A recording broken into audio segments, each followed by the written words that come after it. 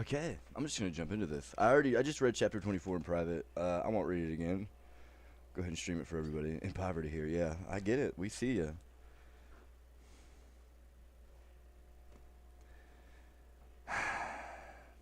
Chapter 25. I'll move on, so he can continue to speak before we play this. We're gonna do the what I just read. About an hour and a half here of text. So give me a minute. Proverbs 25. We're kind of working backwards as well. So this is a I guess a prologue, and then afterward would be the prelude. These are all proverbs of Solomon, which the men of Hezekiah king of Judah copied out. It is the glory of God to conceal a thing, but the honor of the king is to search out a matter. The heaven for height and the earth for depth, and the heart of kings is unsearchable. Take away the dross from the silver, and there shall come forth a vessel for the finer. Take away the wicked from before the king, and his throne shall be established in righteousness. Put not forth thyself in the presence of the king, and stand not in the place of great men. For better it is that it be said unto thee, Come up hither, than that thou shouldest be put lower in the presence of the prince, whom thine eyes have seen.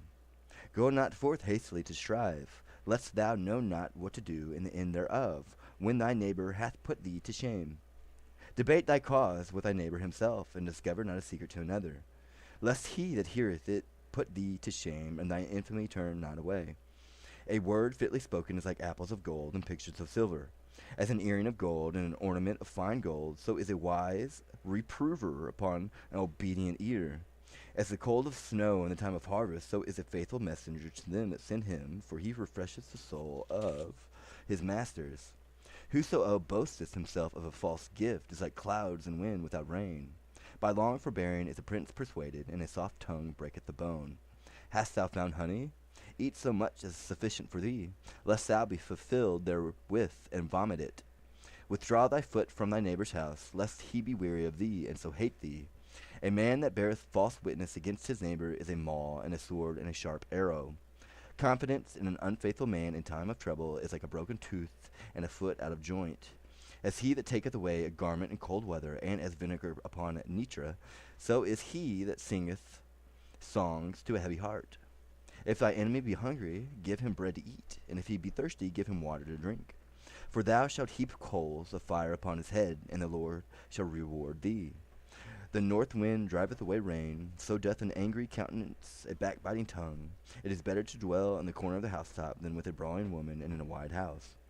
As cold water to a thirsty soul, so is good news from a far country.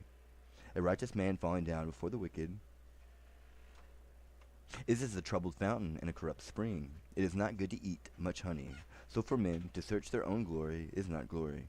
He that hath no rule over his own spirit is like a city that is broken down and without walls.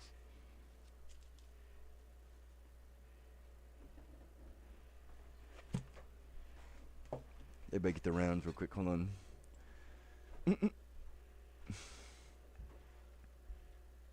If only there had been among the destroyed peoples before you, O believers. This is... Actually, we'll go on to 12. We just finished that. Excuse me. You gotta remember that. Number 12, Yusuf. You suffer because... Are you ready? Yusuf? Alif Lam Ra. These are the verses of the clear book. Indeed, we have sent down as an Arabic Quran so that you may understand. We relate to you, O Prophet, the best of stories through a revelation of this Quran, though before this you were totally unaware of them. Remember when Joseph said to his father, O my dear father, indeed I dreamt of 11 stars and the sun and the moon. I saw them prostrating to me. He replied, O my dear son, do not relate your vision to your brothers, or they will devise a plot against you. Surely Satan is a sworn enemy to humankind.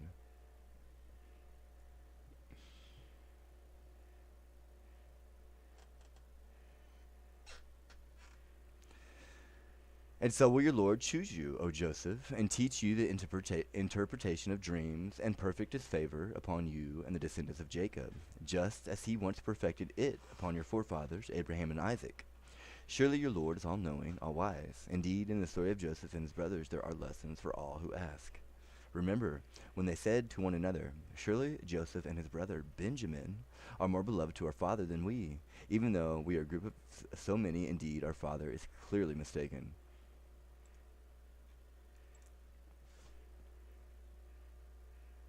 The Da Tivarga, the chapter about giving.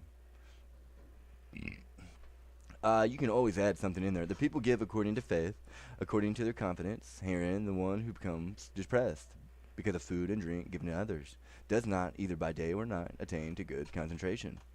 For the one whom this depression is cut off, destroyed at the root, dug up, does by day and night attain to good concentration. Like a good horse touched by the whip, living, ardent, and spiritually intense, having faith, virtue, and energy, concentration, and insight into the Dhamma, well established in patience, meekness, and concentration, they have come to the essence of wisdom and learning. He who acquires faith and wisdom unsurpassed in this very life has great wealth in the world. Other wealth, though great, is useless. The faithful one who is possessed of virtue and has wealth of fame, whatsoever district he resorts to, right there and then he is worshipped. Faith is a person's traveling companion. He would not accept traveling without faith. From that there will be fame and renown for him, and when his abandons the body he goes to heaven. The person who is beyond mere faith, who knows that which is unmade, who has cut off rebirth linking, who has destroyed the occasion, who has thrown out hope and desire, is surely the person supreme. It is rare, the arising of Buddhas, rare the teaching of the Dhamma, it is rare to acquire faith, rare is the life of mortals. For the one with unsettled mind, who does not know the true Dhamma, whose confidence is wavering, wisdom is unfulfilled. For one who is a mind lacking confidence, that is base or agitated, and frequently impetuous, it is not possible to understand the Dhamma. He who has removed impetuosity, displeasure from his mind, with confident mind happy, he can understand well-spoken words. Acquiring birth as a human, or going to the heavens, or having sole sovereignty over the earth, better is the fruit of stream entry. He whose faith in the realized one is well established and unmovable, whose virtue is beautiful, praised by the noble ones, who has confidence in the Sangha, who sees uprightly, he, they say, is not poor, his life is not in vain. Therefore, with faith, virtue, confidence, and insight into Dhamma, a sage should devote himself to the essence of the Buddha's dispensation.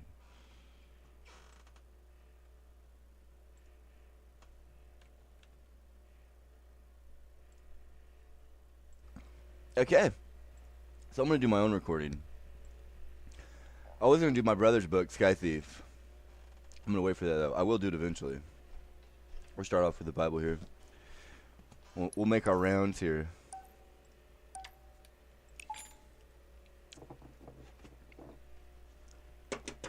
Chapter 18.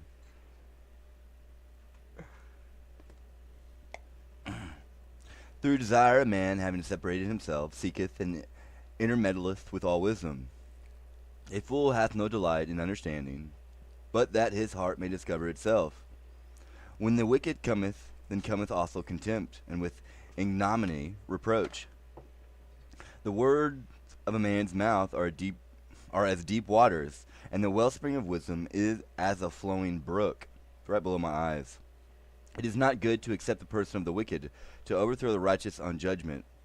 A fool's lips enter into contention, and his mouth calleth for strokes. A fool's mouth is his destruction, and his lips are the snare of his soul. The words of a talebearer are as wounds, and they go down into the innermost parts of the belly. He also that is slothful in his work is brother to him that is a greater waster. The name of the Lord is a strong tower. The righteous runneth into it, and is safe. The rich man's wealth is his strong city, and as a high wall in his own conceit. Before destruction the heart of man is haughty, and before honor is humility. He that answereth a matter before he heareth it, it is folly and shame unto him. The spirit of a man will sustain his infirmity, but a wounded spirit who can bear? The heart of the prudent getteth knowledge, and the ear of the wise seeketh knowledge. A man's gift maketh room for him, and bringeth him before great men. You know what the problem is? They're not genuine. That's the problem.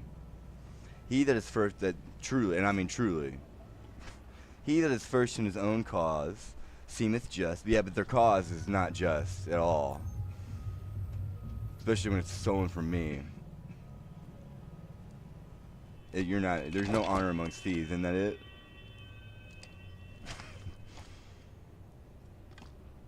I'm the exception, I guess that would be. He that is first in his own cause seemeth just, but his neighbor cometh and searcheth him. The lot causeth contentions to cease, and parteth between the mighty. A brother offended is harder to be won than a strong city, and their contentions are like the bars of a castle. A man's belly shall be satisfied with the fruit of his mouth, and shall he be filled. Death and life are in the power of the tongue, and they that love it shall eat the fruit thereof. Whoso findeth a wife findeth a good thing, and obtaineth the favor of the Lord. The poor useth entreaties, but the rich answereth roughly. Sir, I'm gonna warn you, those are fighting words. And that not from me. A man that hath friends must shew himself friendly, and there is a friend that sticketh closer than a brother. Them fighting words, I promise you that. You're talking about a tower, mind control? Them fighting words. We have the ball. Especially like on the scale that you're talking about.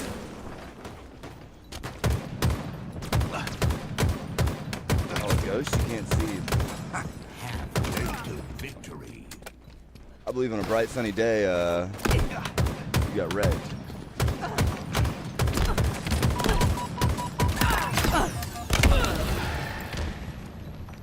The stomach there, he was talking about my eyes. It's latched on the mass. I don't know, it's like goo. I don't know how to explain it. Ball dropped. Enemy has the ball. I don't know if it's inside or if it's below, but it's definitely there. It wants Ball to call dropped. home. We have the ball. That's how you know. And I can tell that you behind the scenes are nearing victory. acting, stalling my eye. Ball Right dropped. there. I don't know why Enemy I'm not has being the paid ball. and why you are being paid, especially off taxes. Have my name. By no means am I going to get in your face. It's not going to be a conversation at all. I've won this battle. I don't need you. You know what I mean? Bright sunny day. Doesn't matter to me. So he has redemption here. We Solomon. have the ball. I believe you have Ball redemption dropped. here, sir. We have the ball. Sweet child of mine.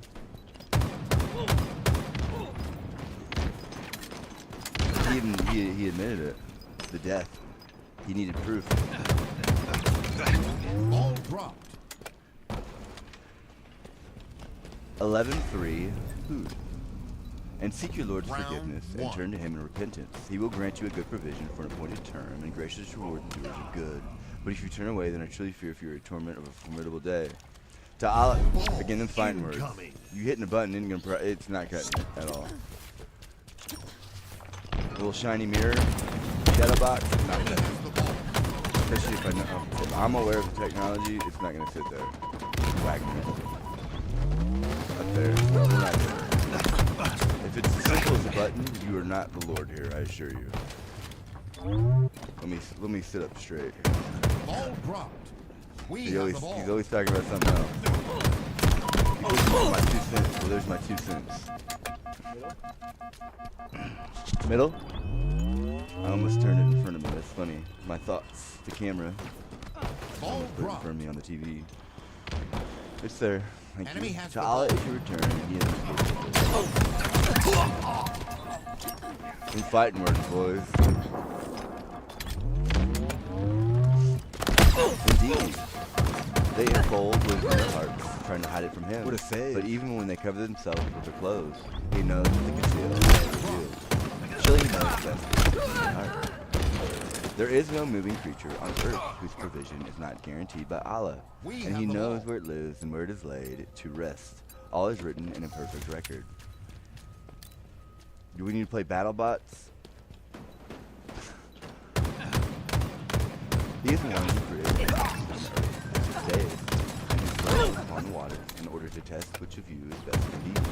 And if you are today, surely you will all be raised up after death. Gain The the disbelievers lead. will certainly say, that is nothing but pure magic.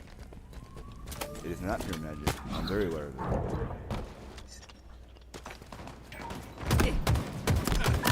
I think it must be the proper method here.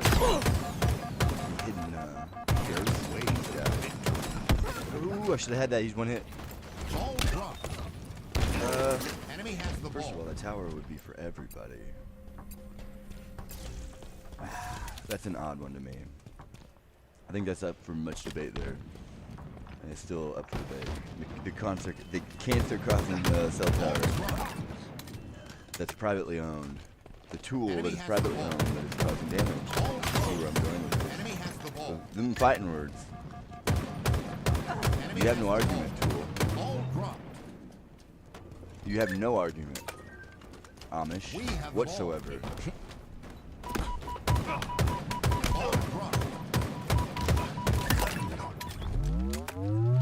You're digging into a hole there. You won't win that though.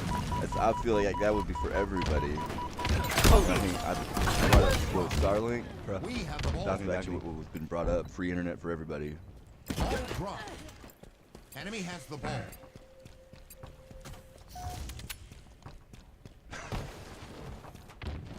I feel like this glass would be more detrimental to the cell tower at this moment as they latch onto it. I'm trying to figure that one out. I want to bust it, but it's like, that would...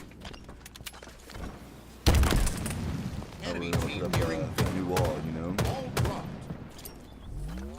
That's definitely what it is, though, as far as the force. Enemy has the ball.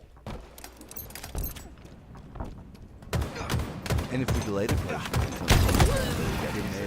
try to get out. There's no delay. Indeed, on the day it overtakes them, it will not be averted from them, and they will be overrun the way they killed. I saw the Wagner group on my Round spinal lost. right here with Sputnik. Okay, so let me do the math here. Sputnik, Russia. Ball Pretty sure they just did a drone incoming. strike on Moscow, which would be the capital. And I have Sputnik covering up what's going on there. We See the have the map? ball. Ball What's going on? dropped. Enemy has the ball. It's definitely Sputnik right here. No, if you're getting bombed, you know, the capital, the Kremlin, but somehow, some way, you're still attached to this business over here. How does that work? I'm not stupid. Stupid kid I may be, but stupid I am not. Ball dropped. If we give people a taste of our mercy and take it away from them, they become utterly We have desperate the and ball. grateful. But if we give them a taste of prosperity after being touched with adversity, they become totally prideful and boastful. Except those who patiently endure and do good. It is they who have forgiveness and mind. I'm not a serial killer. You know what I mean? I can go out and nub this rock. There's a piece of metal in it. You can argue about it. I'm not going to get into the depths of this and argue. As they on the capital. Ball dropped. So the problem I'm having Enemy here has is the the ball. choice that was made with a business and a certain individual is getting bombed. And that I know for a fact. I'm not going to argue with it. I didn't quite catch that. What? Them fighting words.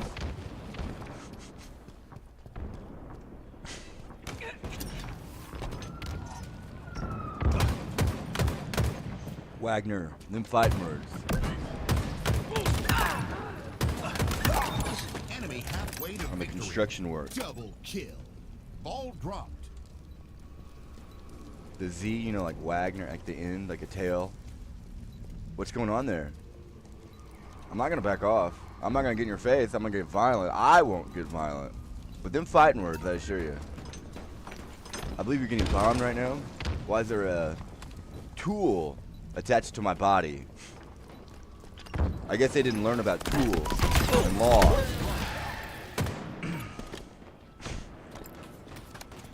We have the ball. Ball dropped. We have the ball. Gained the lead. Call your buddy, Ball dude. dropped. Go ahead. Let me know where you We are. have the ball. Ball dropped. Them fighting words on my country, on my land. Enemy has the ball. What? Ball dropped. Lost the lead. Enemy has the ball. They start revving up their engines and shit. Get them out of that rig. You can go and get them off the road and off the land. Cut that shit out. Treason, traitor, Enemy has entity, the ball. foreign. Ball dropped. We have the ball. Now we need a measuring Ball stick dropped. Enemy has and the find ball. it. We have the ball. Off the tailbone. Gained the lead. Ball I would only assume that the officers, because you're building on that building, are involved as you chase me down and attack me in my home. Again, they're relying on the fact that there's a wave that can't be seen up in space that can't be grabbed. Lying together. Oh, they didn't tell you. I'm the Ark of the Covenant. It can see everything. You're a dumbass. Oh, maybe they did. You're still a dumbass. There's a reason I don't like you. Ball dropped. I call it like I see it. You chose wrong. Enemy has the ball. It's more than I don't like, I assure you. Okay, perhaps you, O prophet, may wish to give up some of what is believed to you, and may be distressed by it, but then say, only a treasure to sit down to him, or an angel can come with him. You are only a warner, and Allah is the trustee of all affairs. Or do they say, he has fabricated this Quran? Say, O prophet, produce 10 fabricated surahs like it, and seek help from whoever you can, other than Allah, if what you say is true. But if your helpers fail you, then know that it has been revealed with the knowledge of Allah, and that there is no God worthy of worship except Him. Will you not listen to Allah? Whoever desires only his worldly life and its luxuries, we will pay them in full for their deeds in this life. Nothing will be left out. It is they who will have nothing in the hereafter except the fire. Their efforts in this life will be fruitless, and their deeds will be useless. Can these people be compared to those believers who stand on clear proof from the Lord, backed by the Quran as a witness to him, and preceded by the book of Moses, which was revealed as a guide and mercy? It is those believers who have faith in it, but whoever from the disbelieving groups rejects it, the fire will be their destiny. So do not be in doubt of it. It is certainly the truth from your Lord, but most people do not believe. A chapter about the stick. Neither going naked, nor matted hair, nor mud, nor fasting or lying on stony ground, dusty clothes, or striving while squatting, can purify a mortal who has not removed uncertainty. Even if he were to adorn himself, but is trained, peaceful, settled, living by Dhamma, and has put aside the stick towards all living beings, he is a Brahmin, an ascetic, a monastic. Do not speak anything harsh. Spoken to they might answer back to you, for arrogant talk entails misery, and they might strike you back with a stick. If you make a sound like a gong that is struck, you will undergo the rounds of births and deaths for a long time. If you make no sound like a gong that is not struck, you are like one who has attained nibbana. Contention is not found in you. Like a coward with a stick drives cattle to pasture, so do old age and death overpower living beings. Like a coward with a stick protects the owner's cattle, so one should watch over oneself. And you should not let the moment pass, for when the chance has passed, they grieve when consigned to the underworld. Everyone trembles at sticks, for all of them life is dear. Comparing oneself with others, one should not hurt or have them hurt. One who harms with a stick beings who desire happiness, while seeking happiness for himself, won't find happiness after death. One who harms not with a stick beings who desire happiness, while seeking happiness for himself, while find happiness after death. There they go. One should not keep company with wicked friends. One should not keep company with the ignoble. You should keep company with the sage and wise. You should keep company with superior people. Keeping company with such is surely better for you, not worse. One should regard someone who shows your faults just like one who points out hidden treasure. One should keep company with such a sagacious person who reproves you. Keeping company with such is surely better for you, not worse. We will not. One should advise and instruct and forbid whatever is vile, for this is dear to the good, but is not dear to the bad. Therefore the good and the bad from here go to various destinies. Let the bad go to the underworld, and good cross over to heaven. The person of little learning increases in age like an ox, for although his flesh does increase, his wisdom does not increase. There are 4 states the man who is heedless, the man who consorts with other men's wives undergoes. He gains demerit, an uncomfortable bed. Blame is 3rd, and rebirth in the underworld is 4th. Gaining demerit and a bad destiny, and only the little delight of a sacred man with a sacred woman. The kings who apply heavy punishment at the break up of the body, he goes to the underworld. The restrained go to a good destiny. The unrestrained go to a bad destiny. Thinking I should not exhibit confidence, the wise one wanders peacefully. Do not, elephant, approach the Buddha, for there is suffering, elephant, in approaching the Buddha. For the one who attacks the Buddha, elephant, does not go from here to a good destiny. As a lion wanders his mountain fortress, his resort on the mountainside, do not hurt the man hero, the one without fear, the one of superior effort. Like an elephant in battle endures arrows shot from bow, so will I endure abuse, for many people are invirtuous. The chapter about refuge. No scope. Many people shaken by fear go for refuge to mountains and woods, to places with beautiful trees. That is not a secure refuge. That is not the refuge supreme, nor is it the refuge to come to that liberates from all suffering. Whoever has gone for refuge to the Buddha, the Dhamma, and the Sangha, who sees as it really is the Four Noble Truths, that is a secure refuge. That is a refuge supreme. That is a refuge to come to that liberates from all suffering. If, when cows are crossing a road, their leader goes crookedly, they all will go crookedly. As their guide crookedly does go, so it is with humans. He who is agreed upon as chief, if he lives unrighteously, so will other people. If, when cows are crossing a road, their leader goes straight, they will go straight. As their guide straight does go, so it is with humans. He who is agreed upon as chief, if he lives righteously, so will other people. One should live by Dhamma with good conduct, not with bad conduct. Living by Dhamma, one lives with peace in this world and the next. One should live by Dhamma with good conduct, not with bad conduct.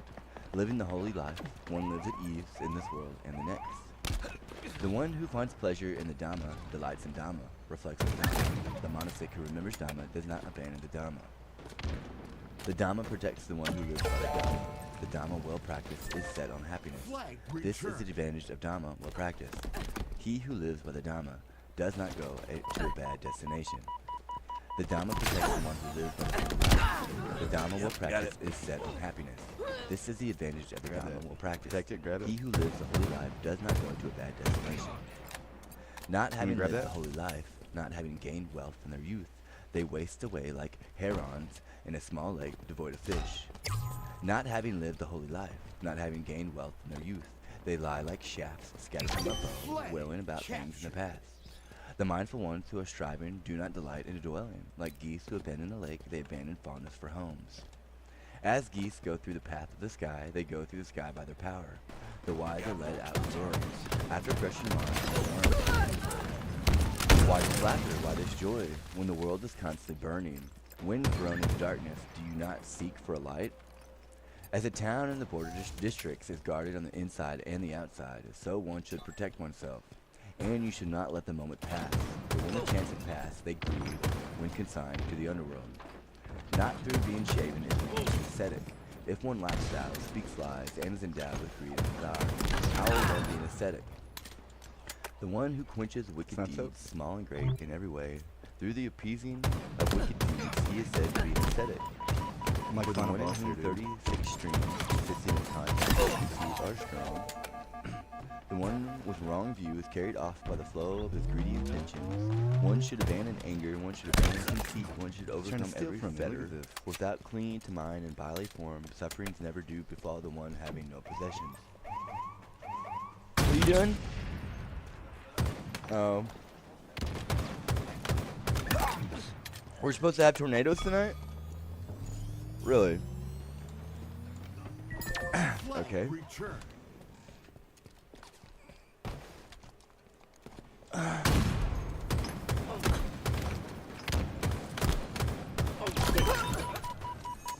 You don't have $10, do you?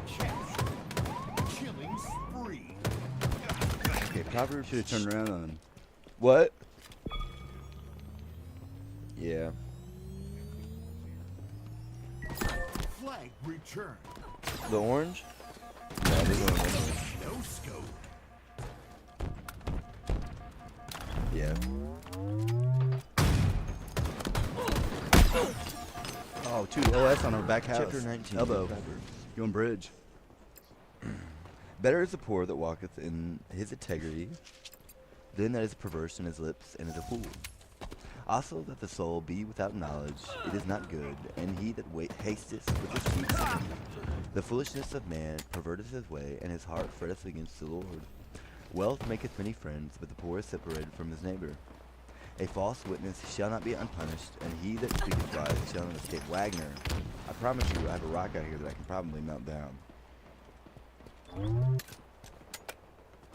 You see, the problem with that, though, is the government. Now, how did you? The problem I'm having with you, especially with my name on it. That was your nade. Oh, he was one hit, too. That was crucial. That's all right. Pretty simple button presser. I have a button I can press. Many will entreat the favor of the prince, and every man is a friend to him that giveth gifts. All the brethren of the poor do hate him. How much more do his friends go far from him? He pursueth them with words, yet they are wanting to him. He that getteth wisdom loveth his own soul. He that keepeth understanding shall find good. A false witness shall not be unpunished, and he that speaketh lies shall perish. Delight is not seemly for fool, much less for a servant to have rule over princes. The discretion of a man deferreth his anger, and it is his glory to pass over a transgression. The king's wrath is as the roaring of a lion, but his favor is as dew upon the grass. A foolish son is a calamity of his father, and the contingents of a wife are a continual dropping. House and riches are the inheritance of fathers, and a prudent wife is from the Lord. Slothfulness casteth into a deep sleep, and an idle soul shall suffer hunger. He that keepeth the commandment keepeth his own soul, but he that despiseth his ways shall die. He that hath pity upon the poor listeth to the Lord, and that which he hath given will he pay him again. Chasten thy son while there is hope, and let not thy soul spare for his crying. A man of great wrath shall suffer punishment, for if thou deliver him, yet thou must do it again. Back tonight. I appreciate the effort. Hear counsel, and receive instruction, that thou mayest be wise in the latter end. There are many devices in a man's heart, nevertheless the counsel of the Lord that shall stand. Never take it back. Wagner right here. The desire of a man is a kindness, and a poor man is better than a liar. My ex, two of The them. fear of the Lord tendeth to life, and he that hath it shall abide satisfied. He shall not be visited with evil. A slothful man hideth his hand in his bosom, and will not so much as bring it to his mouth again. Smite a scorner, and the simple will beware, and reprove one that hath understanding, and he will understand knowledge. He that wasteth his father, chaseth away his mother, is a son that causes shame, and bringeth reproach. Cease, my son, hear the instruction that causes the error from the words of knowledge. An ungodly man scorneth judgment, and the mouth of the wicked devoureth iniquity. Judgments are prepared for scorners. On our flag, on our flag. Back to fools. Flag captured. Victory.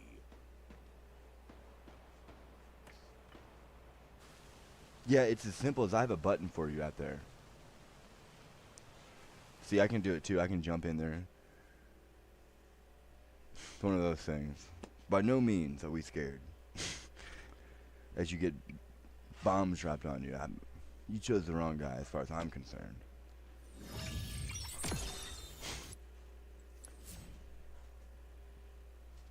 As you sit there and attach it to my window here, with that shine.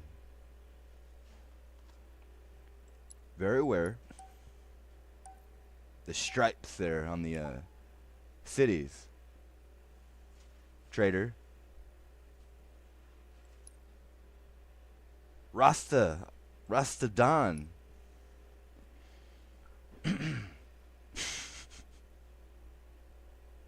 Them fighting words.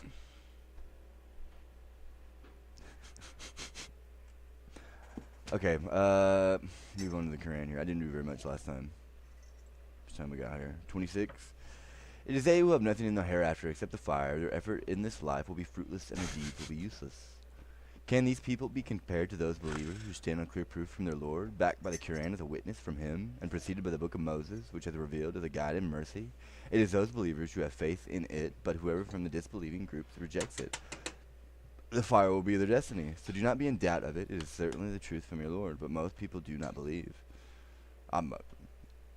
I've got the science figured out. I appreciate you. Button presser. Button presser. Go ahead and nip that in the butt.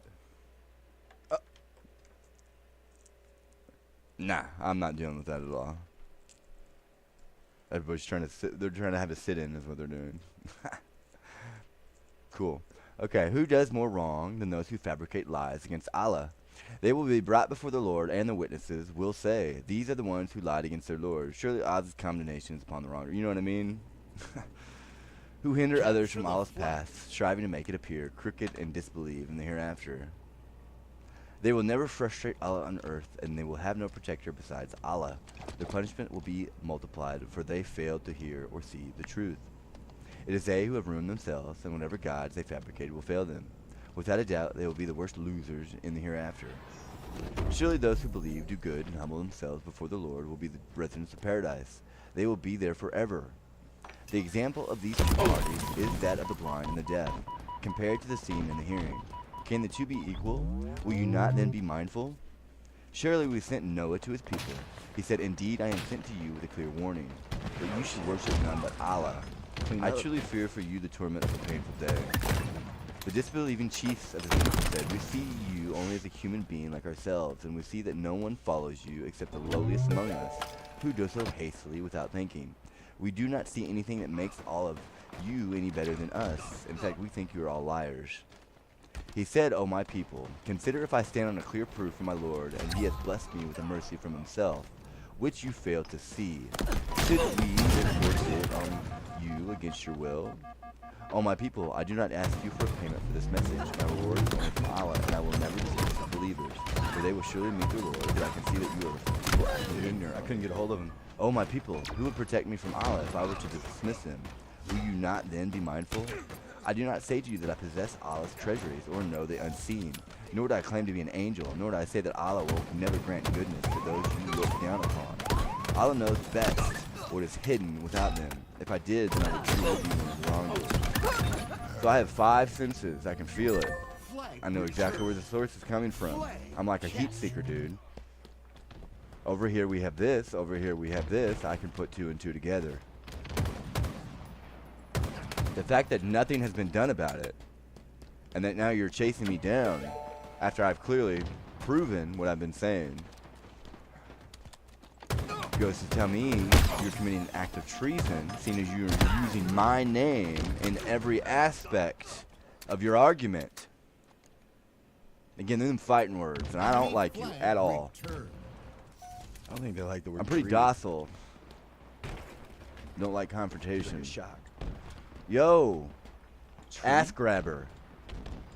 It's like the word knee. I can only assume probably down on this building, on the side of it, like a stamp.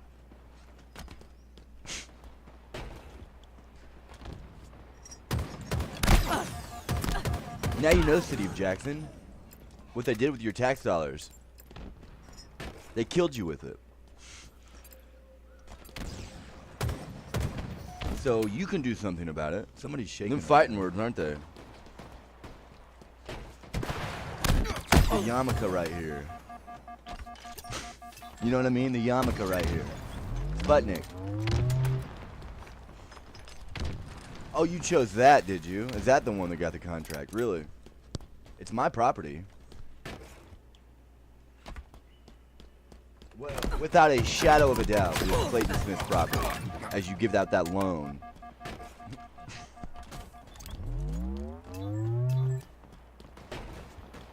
They protested. Oh no, you have argued with us far too much, so bring us what you threaten us with, if what you say is true. Tonight? What do you mean? He's the one you chose. Let him protect you. I ain't protecting you. You know what I mean? Shoot. So here's the truth here. You can do something about it, or I will destroy you, because you are a traitor as far as I'm concerned, using my name. You're in debt. Over here we have 10,000 pounds. Over here we have 20 million. Here, let me destroy you if you're not going to pay me. Oh, you chose this guy that's getting bombed right now. Good job. Oh, here's Allah. It's me. Good job. A round of applause, Elder. Let me give you a pat on the back, you jackass. Anyway, he responded, It is Allah who can bring it upon you, if he wills, and you will have no escape. What was I doing yesterday in the bathroom? Oh, I appreciate you. We'll see about it. My advice will not benefit. They have the right to remain silent. Traitors. We're not following that group. Period. My advice will not benefit you, no matter how hard I try. If Allah wills for you to stray, He is your Lord, and you all will return. Or do they say, He has fabricated this Quran? Say, O Prophet, if I have done so, then I bear the burden of that sin. but I am free from your sinful Enemy flag accusation. returned. And it was revealed to Noah, none of your people believe except those who already have, so do not be distressed by what they have been doing. And build the ark under our watchful eyes and direction, and do not plead with me for those who have done wrong, for they will surely be drowned. So he began to build the ark, and whenever some of the chiefs of his people passed by, they mocked him. He said, "If you laugh at us, we will soon laugh at you similarly. You will soon come to know who will be visited by humiliating torment in this life and overwhelmed by an everlasting punishment in the next." And when our command came, and the oven burst with water, he said to Noah, "Take into the ark a pair from every species along with your family, except those against whom the command has already passed, and those who believe, but none believe with him except for a few." And he said, "Board it. In the name of Allah it will sail and cast anchor. Surely my Lord is all forgiving, most merciful." And so the ark sailed with them through waves like mountains. Noah called out to his son, who stood apart, "Oh, my dear son, come aboard with us and do not be with the disbelievers." He replied, "I will take refuge in a mountain, which will protect me from the water." Noah cried, "Today no one is protected from Allah's decree except those to whom he shows mercy." And the waves came between him and his son. And it was said, "O earth, swallow up your water, and O sky, withhold your rain." The flood water receded, and the decree was carried out. The ark rested in Mount Judah, the Himalayas, and it was said, away from wrongdoing people. The ark rested on Mount Judah, Mount Himalaya. Enemy flag returned. Maybe. That's not what happened. Noah called out to his Lord, saying, "My Lord, certainly my son is also of my family. Your promise is surely true, and you are the most just of all judges." Allah replied, "Oh no, he is certainly not of your family. He was entirely of unrighteous contact, so do not ask me about what you have no knowledge of. I warn you, so do not fall into ignorance." Adam? Talking about Adam? Returned. 5 minutes remaining.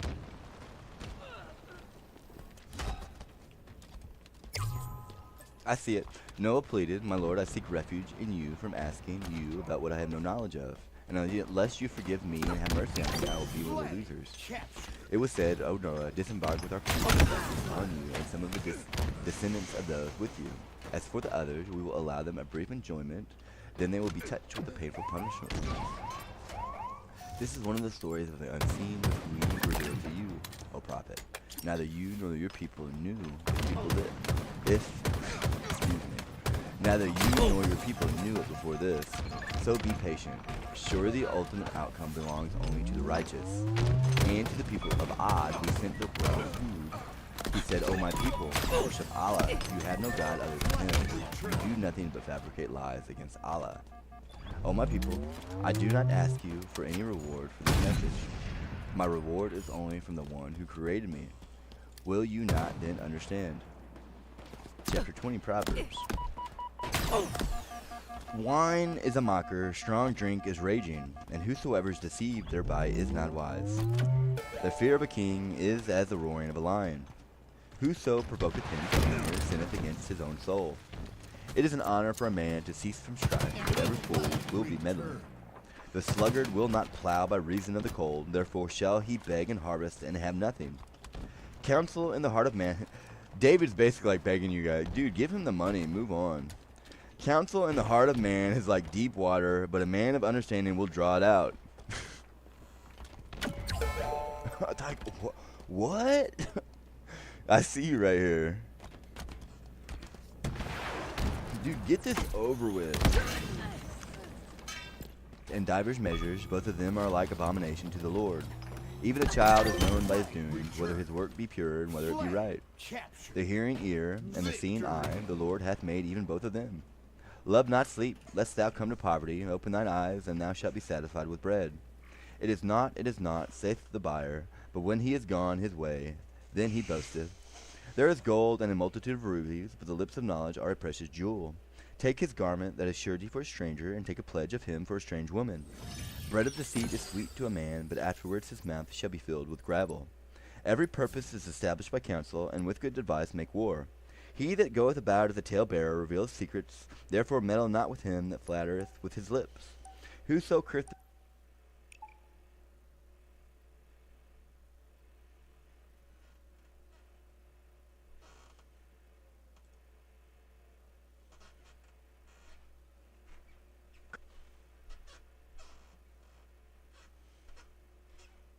curseth his father or his mother, his lamp shall be put out in obscure darkness. An inheritance may be gotten hastily at the beginning, but the end thereof shall not be blessed. Say not thou, I will recompense evil, but wait on the Lord, and he shall save thee. Divers weights are an abomination unto the Lord, and a false balance is not good. Man's goings are of the Lord. How can a man then understand his own way? It is a snare to the man who devoureth that which is holy, and after vows to make inquiry. A wise king scattereth the wicked, and bringeth the wheel over them. The spirit of man is the candle of the Lord, searching all the inward parts of the belly. Mercy and truth preserve the king, and his throne is upholden by mercy. The glory of young men is their strength, and the beauty of old men is the gray head. The blueness of a wound cleanseth away evil, so do stripes the inward parts of the belly. Yeah, we gotta get rid of that. Some secret weapon, especially the way it's being done. Wagner, no, I'm not doing that with you. Now that I've established exactly where it's coming from.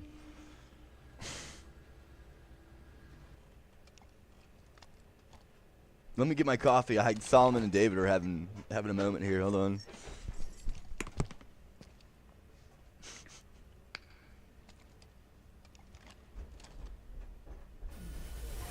Round 1. Ball incoming.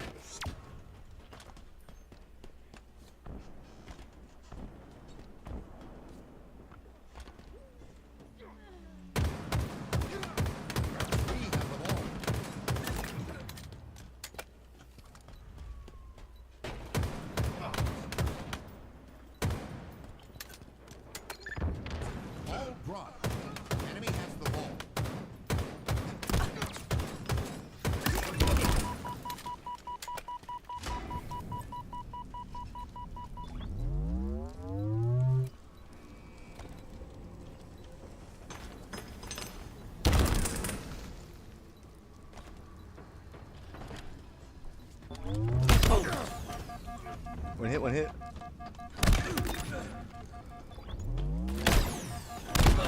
One hit. Right there, stare. There you go. Enemy has the ball.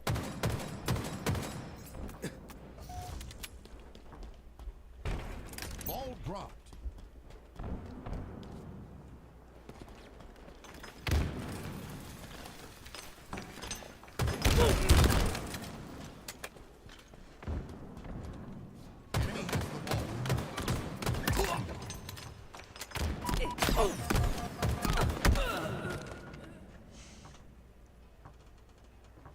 A peek.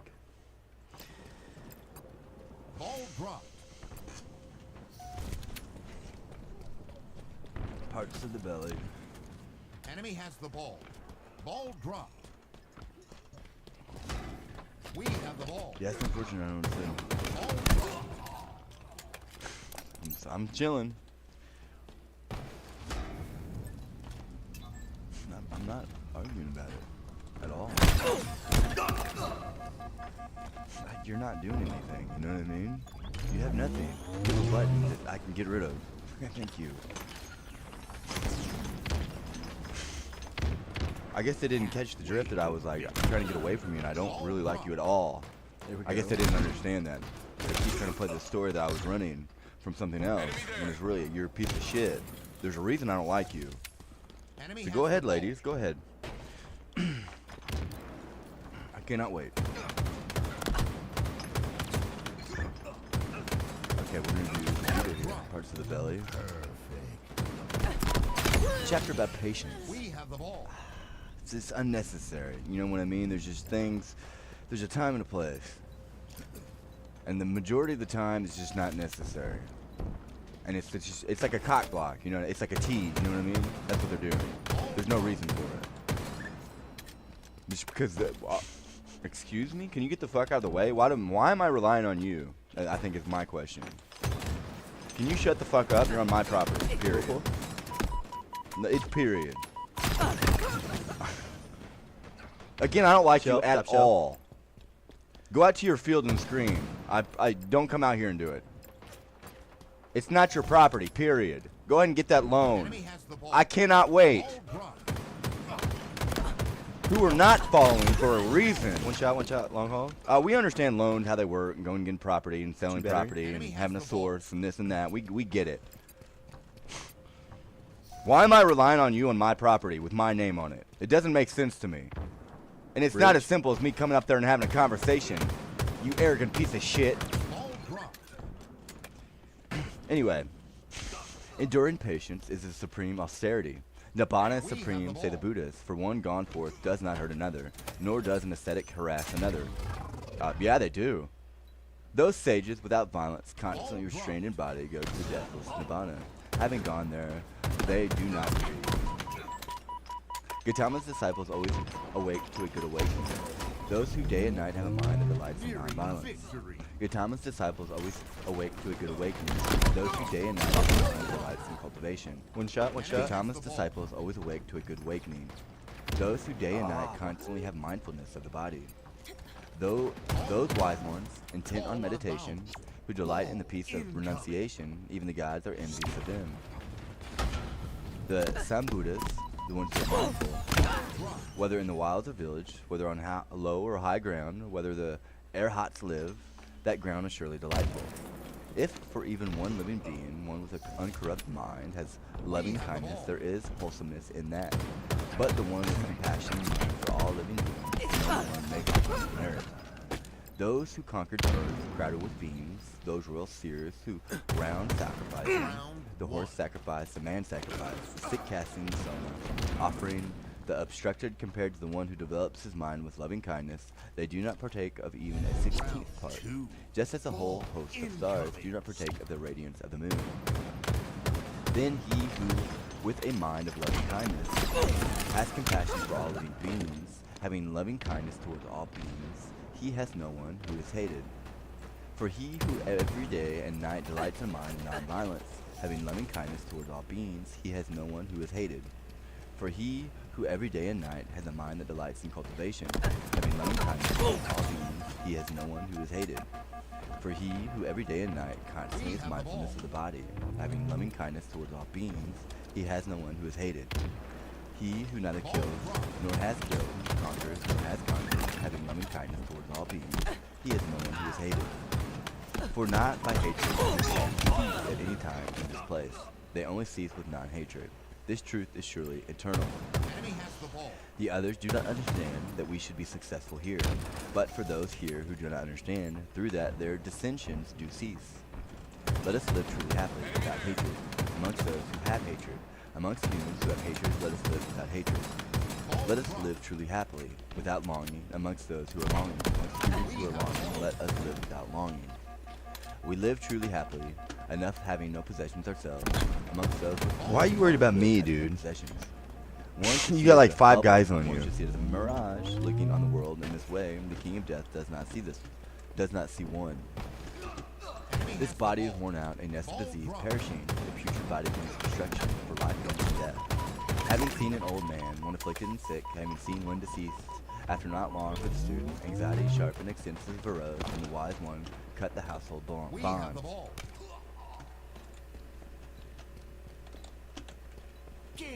The chapter about the pollutants. He should purify one the self of defilements of mind in every way well. For he who has well developed with peaceful mind the factors of complete awakening, having given up the self, those who delight in being unattached, pollution-free, shining forth, are emancipated in the world. That to be done is rejected, but what is not to be done is done. For the insolent, the heedless, their pollutants increase. But for those who always take mindfulness of the body, get off. My dude, get off. Halfway to victory.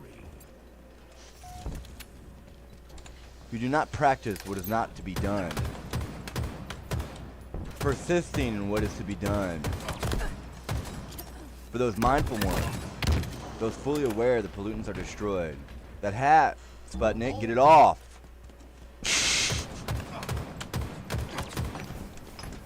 Now you're pissing me off. Those who look for others' fault, who constantly perceive offense, for them the pollutants increase. They are far from their destruction. For those devoted to being alert, who turn both day and night, who are intent on Nibbana, the pollutants are laid to rest. For those whose pollutants are destroyed, who are not dependent on foods. For those who resort to liberation, are signless. Like the birds in the sky, their footprint is hard to find. Not even through virtue or vows, or again through great faith, or through the attainment of concentration, or through secluded dwelling, do we attain the happiness of renunciation, nor practice wounded knee, not practiced by worldly people. There it is again, buddy. Let a monastic not be confident, as long as the destruction of pollutants is attained. This is not the time to be heedless, while the destruction of the pollutants isn't attained. Heedless he follows suffering, like the mother of deer follows the lion. Some fall back into the womb, but those who are wicked in the underworld, the righteous, go to heaven. Those who are pollutant-free are emancipated. Like a lake that is deep, clear, and unruffled, just so the wise are confident after listening to Dhamma. He whose victory cannot be undone, whose victory does not come to an end. The Buddha, the one of superior effort, by what path will you lead the pathless one? We got solar panels. For him there is no desire, attachment, or craving to lead him anywhere. The Buddha, whose range is endless. By what path will you lead the pathless one? Well, you have solar panels that pick up on heat. And if you're sitting there in front of the sun, attached to a light bulb that produces heat, and if you're leaving residue with heat, the solar panel will definitely do it. Hey! He thinks I'm asking, I'm not asking. So let's go ahead and remove this business now. Cease and desist down there. Now I see why I believe Ulysses and Robert E. Lee was telling you to bomb the buildings and the businesses on the blocks here. Sputnik, that's why. Now I see. You have the green light. Get the fuck off my goddamn property. Oh, he's getting it. I promise you I will get violent with you. The volume there. You chose the wrong dude. I guess he didn't listen to Wounded Knee.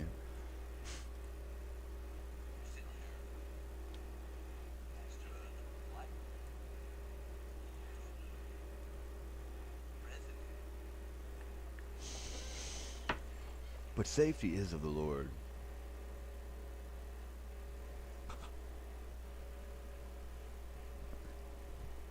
Chapter 21 here.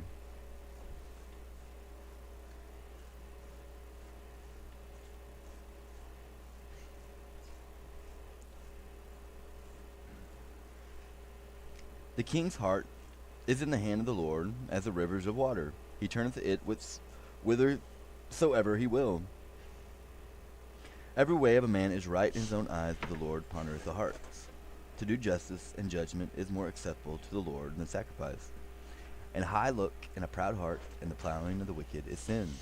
The thoughts of the diligent tend only to plenteousness, but every one that is hasty only to want.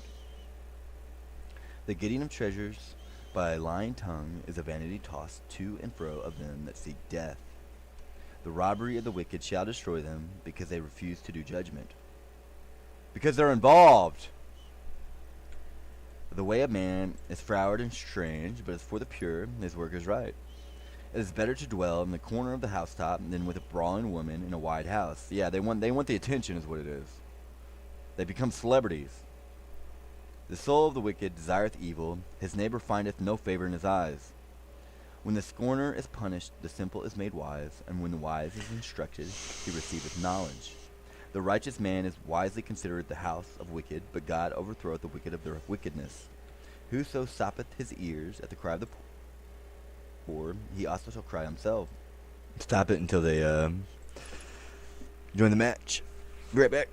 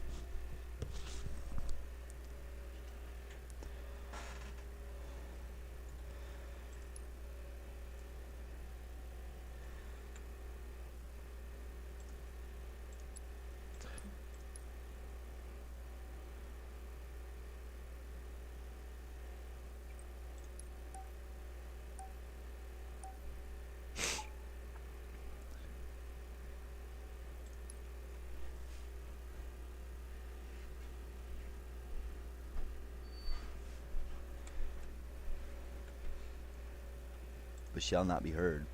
A gift in secret pacifieth anger, and a reward in the bosom strong wrath. It is joy to the just to do judgment, but destruction shall be to the workers of iniquity.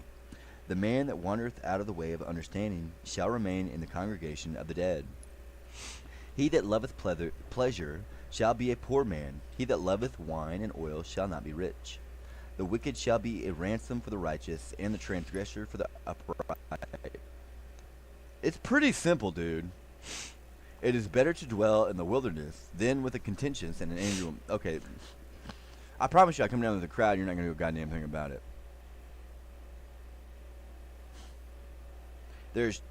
Go ahead. There is a treasure to be desired, and oil in the dwelling of the wise, but a foolish man spendeth it up. He that followeth after righteousness and mercy findeth life, and righteousness and honor. A wise man scaleth the city of the mighty, and casteth down the strength of the confidence thereof. Whoso keepeth his mouth and his tongue keepeth his soul from troubles. Proud and haughty scorner in his name, who dealeth in proud wrath. The desire of the slothful killeth him, for his hands refuse to labor. He coveteth greedily all the day long, but the righteous giveth and spareth not. The sacrifice of the wicked is abomination. How much more when he bringeth it with a wicked mind? Are you talking about last night when they turned off the radio wave on the outlet? A false witness shall perish, but the man that heareth speaketh constantly. A wicked man, they're using the copper wire. A wicked man hardeneth his face, but as for the upright he directeth his way. There is no wisdom, nor understanding, nor counsel against the Lord. The horse is prepared against the day of battle, the safety of the Lord. Okay, if you're latching onto my outlet with a radio wave, then clearly that is someone, you get where I'm going. I can go down the line here. As you use my name. Again, they're trying to get it out of the money being paid, I think is what it is. Guys, that's where I'm at with the money.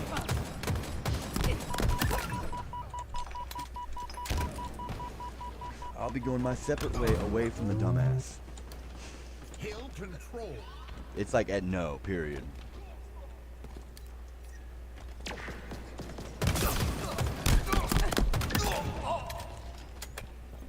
To the people of Odd, we sent their brother.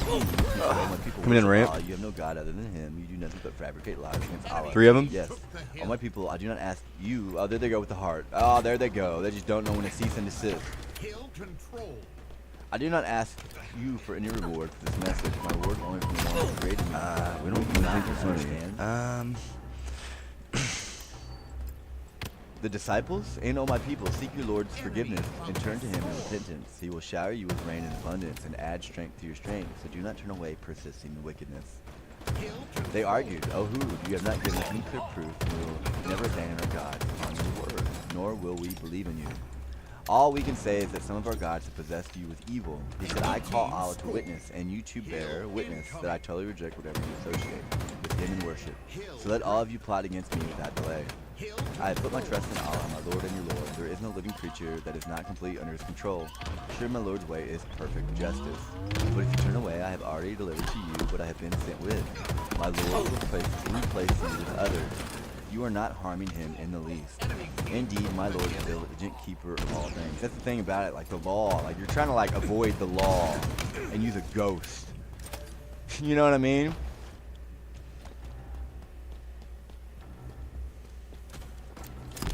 So it's recorded my eye movement. So whenever you do this like underlying ghost movement, like it can tell. You understand? That means stop now. Two sides of the same coin. I don't know who you're trying to fight, but it's Allah. You want your head to explode, it will not. Maybe. Okay. When our command came, we rescued Hud and those who believed with him by mercy from us, saving them from a harsh torment. That was odd. They denied the signs of the Lord, disobeyed his messengers, and all the names of every stubborn tyrant. They were followed by a curse in this world, as they will be on the day of judgment. Surely Ad denied their Lord, so away with Ad the people of Hud. You got this old man that's about to die, and here I come. It's like, I don't know what to tell you there. I'm not helping you. And to the people of Thamud, we sent their brother Salih, who said, O my people, worship Allah. You have no God other than him. He is the one who produced you from the earth and settled you on it, to seek his forgiveness and turn to him in repentance. Surely my Lord is ever near, all responsive to prayers. They argued, O Salih, we truly had high hopes in you before this. How dare you forbid us to worship what our forefathers had worshipped? We are certainly in alarming doubt about what you are inviting us to. He responded, O my people, consider if I stand on a clear proof from my Lord, and he has blessed me with a mercy from him. Who could help me against Allah if I were to disobey him? He would only contribute to my doom. And O my people, this she-camel of Allah is a sign for you, to leave her to graze freely on Allah's earth and do her no harm, or a swift punishment will overtake you. But they killed her, so he warned them, you have only 3 more days to enjoy life. This is an unfailing promise. When our commandment came, we have Salih and those who believed with him by mercy from us, and spared them the disgrace of that day. Surely your Lord alone is all-powerful, almighty. And the mighty blast overtook the wrongdoers, so they fell lifeless in their homes, as if they had never lived there. Surely Thamud denied their Lord, so away there with Thamud. And surely our messenger angels came to Abraham with good news of a son. They greeted him with peace, and he replied, peace be upon you. Then it was not long before he brought them a fat roast calf. And when he saw that their hands did not reach for the food, he became suspicious and fearful of them. They reassured him, do not be afraid, we are angels sent only against the people of Lot. And his wife was standing by, so she laughed. Then we gave her good news of the birth of Isaac, and after him Jacob. The chapter about verbalizing.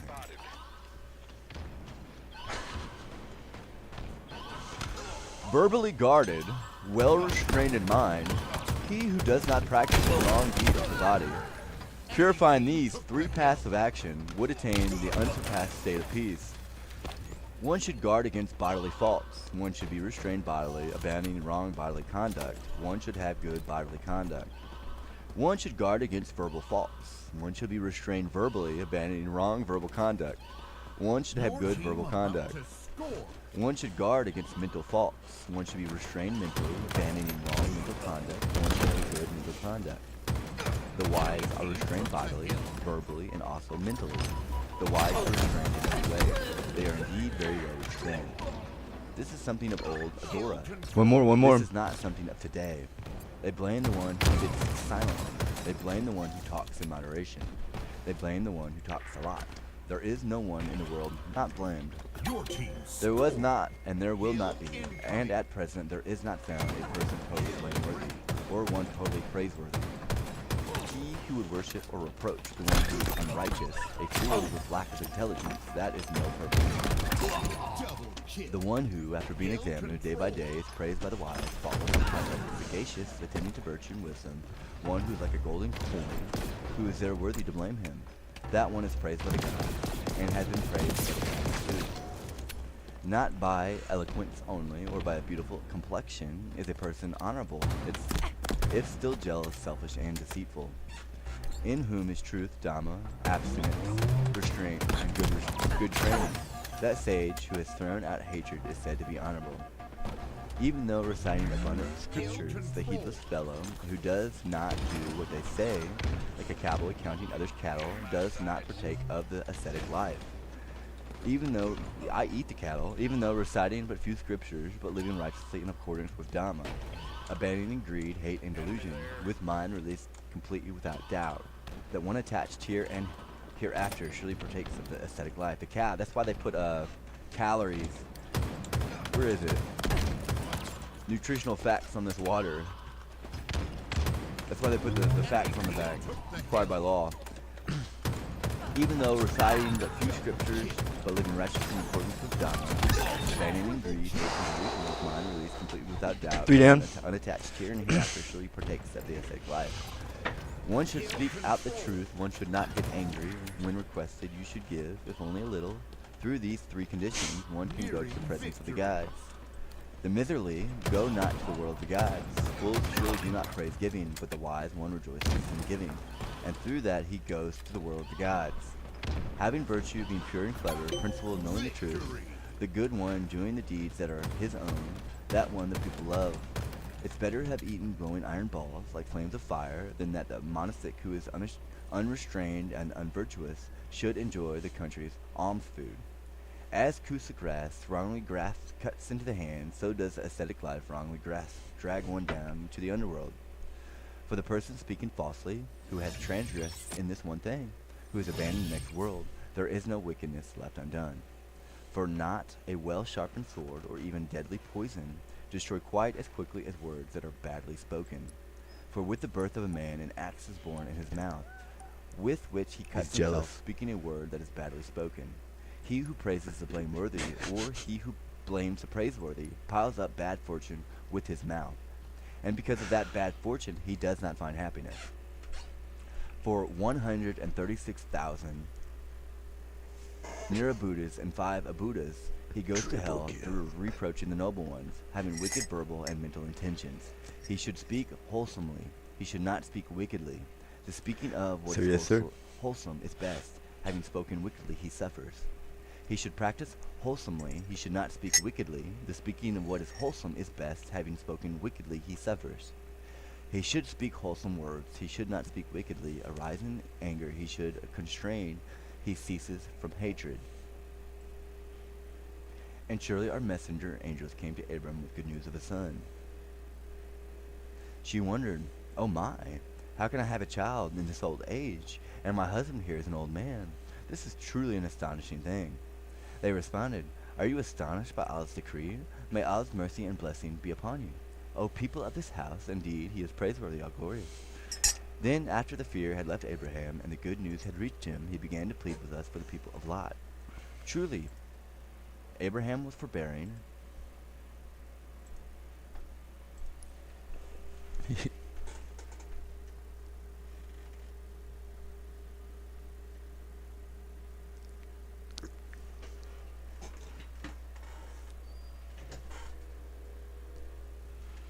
I'm ready to play.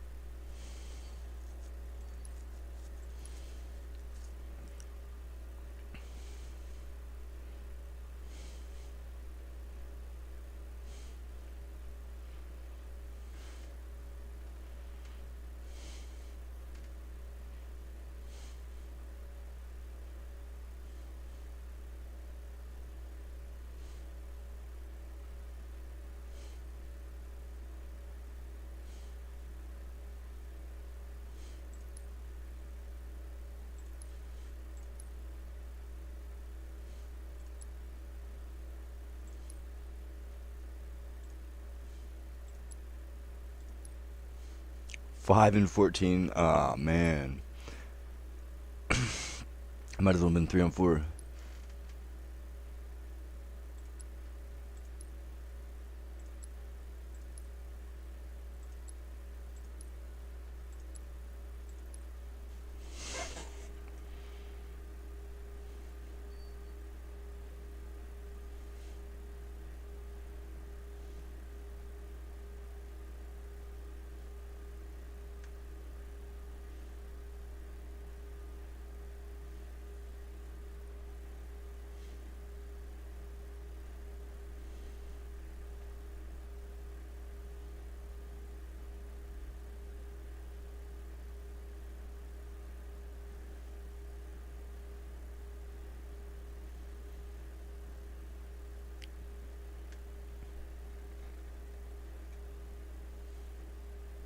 I think that other guy had a triple kill as well. He almost had an overkill. He had an opportunity. He couldn't get it.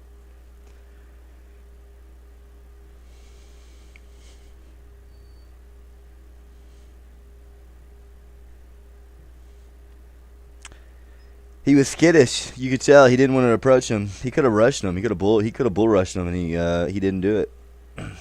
And the guy was running a spark shot. So, I mean, there's no way. Like, you're getting lucky there, dude. Getting a headshot on that. He could have easily rushed him and won that battle. He held back. He was timid. He didn't see the weakness. You know what I mean? He's the one that was weak.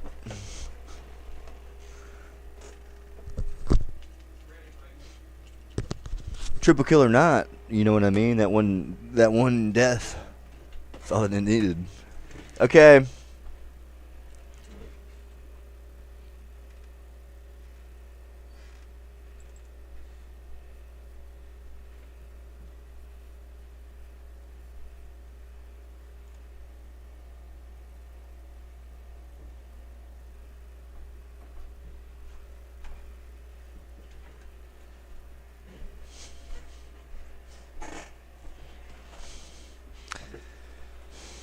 You can't show weak. You got a lead there. You should have rushed him. Oh, I need that. I don't know. I didn't see the angle though, so that plays a factor as well. Especially on that balcony. I think that's where he was. You could have had it though. That overkill, bro. The heat of the moment. It's a good moment to have on the overkill. It would have shown up. And ever turning to his Lord. The angel said, "O Abraham, plead no more. Your Lord's decree has already come, and they will certainly be afflicted with a punishment that cannot be averted." When our messenger angels came to Lot, he was distressed and worried by their arrival. He said, "This is a terrible day." And the men of his people, who were used to shameful deeds, came to him rushing. He pleaded, "O my people, here are my daughters for marriage. They are pure for you. So fear Allah and do not humiliate me by disrespecting my guests. Is there not even a single right-minded man among you?" They argued, "You certainly know that we have no need for your daughters. You already know what we desire." He responded, "If only I had the strength to resist you, or could rely on a strong supporter." The angel said, "O Lot, we are the messengers of your Lord. Do some They will never Hinduism. reach you. So travel with your family in the dark of night, and do not let any of you look back except your wife. She will certainly suffer the fate of the others. Their appointed time is this morning. Is the morning not near?" There's your warning right there. "And do not let any of you look back except your wife." When our command came, we turned the cities upside down and rained down on them clustered stones of baked clay. "Marked by your Lord, O prophet, and these stones are not far from the pagan wrongdoers." And I don't have much. It's like, you put me in a bad position here. It's awkward that other people are being paid off me, and I'm not, and I have to sit there and worry about it. And to the people of Midian, we sent their brother Shuaib. He said, "O my people, worship Allah." They're doing like patience. I'm not dealing with their superstitious bullshit. That's what I'm talking about. You have mental problems. I don't know who the fuck trained you, but it was not good. "O my people, worship Allah. You have no God other than Him. I do not give short measure and weight. I do see you in prosperity now, but I truly fear for you the torment of overwhelming day. O my people, give full measure and weigh with justice. Do not slide I meant to slide. nor go about spreading. I meant to run and then slide. I thought I hit What is left shift. as a lawful gain by Allah is far better for you if you are truly believers, and I am not a keeper over you." They asked sarcastically, "No. Am I going to get in your face? No. However, if you're going to argue, on paper, I would win." They asked sarcastically, "O Shuaib, does your prayer command you that we should abandon what our forefathers worshipped or give up managing our wealth as we please? Indeed, you are such a tolerant, sensible man." He said, "O my people, consider if I stand on a clear proof from my Lord. He has blessed me with a good provision from Him. I do not want to do what I am forbidding you from. I only intend to perform the best of my ability. My success comes only through Allah. In Him I trust, and in Him I return."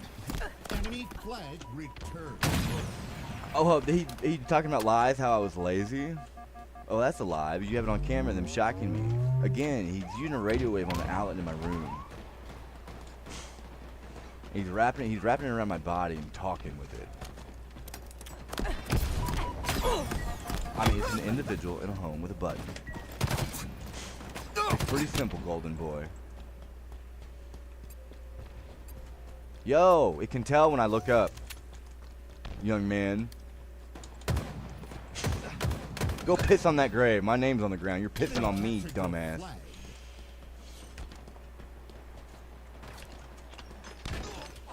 Okay.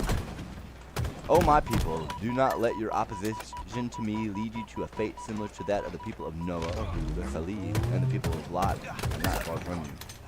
To seek your Lord's forgiveness and turn to Him in repentance, surely my Lord is most merciful, all loving." They threatened, "O Shuaib, we do not comprehend much of what you say, and surely we see you powerless among us." Were it not for your clan, we should have certainly stoned you, for you are nothing to us. He said, O my people, do you have more regard for my clan than for Allah? Turning your back on him entirely? Surely my Lord is fully aware of what you do. O my people, persist in your ways, for I too will persist in mine. You will soon come to know who will be visited by humiliating torment. Oh, they're waiting. And watch.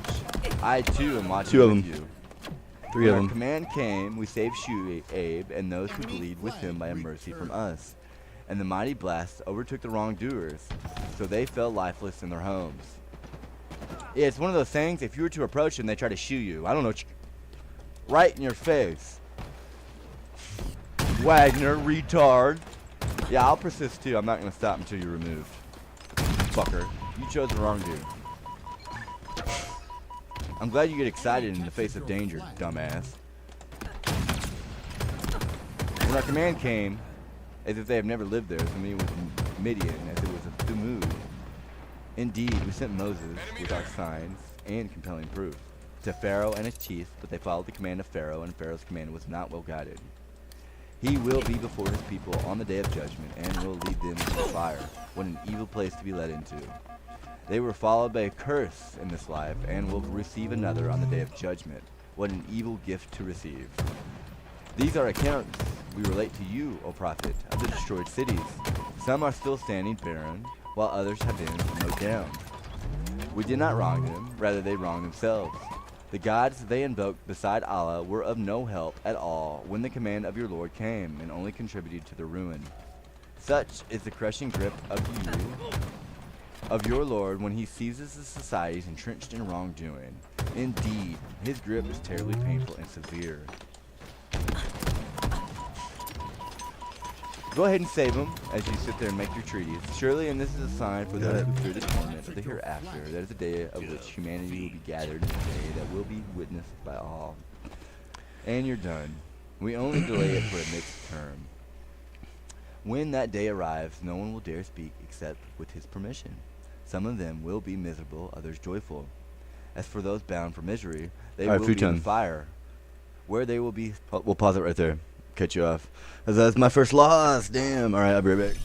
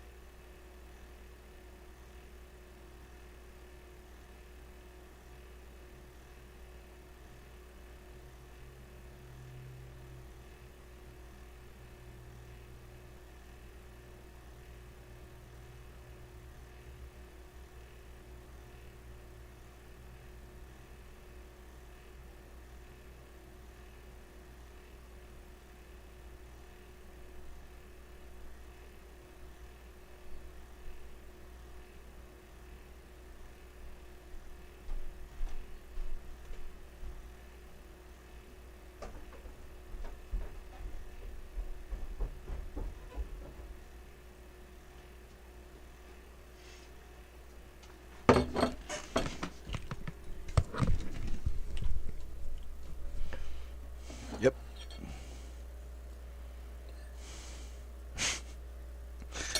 Nope.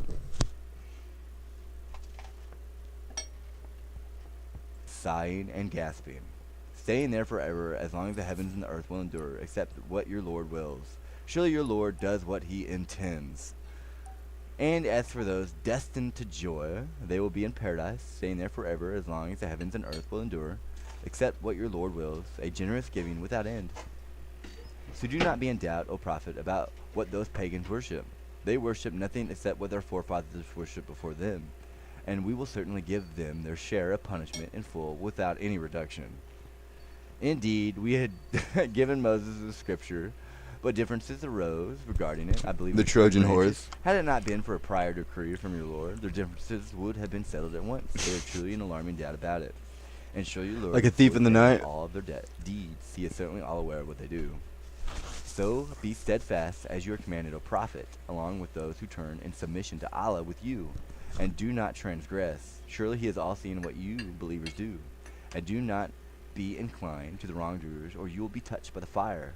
For when you have no protectors other than Allah, nor would you be helped. Chapter 22 of Proverbs. A good name is rather to be chosen than great riches, and loving favor rather than silver and gold. The rich and poor meet together, and the Lord is the maker of them all. A prudent man foreseeth the evil and hideth himself, but the simple pass on and are punished. By humility and the fear of the Lord are riches and honor and life.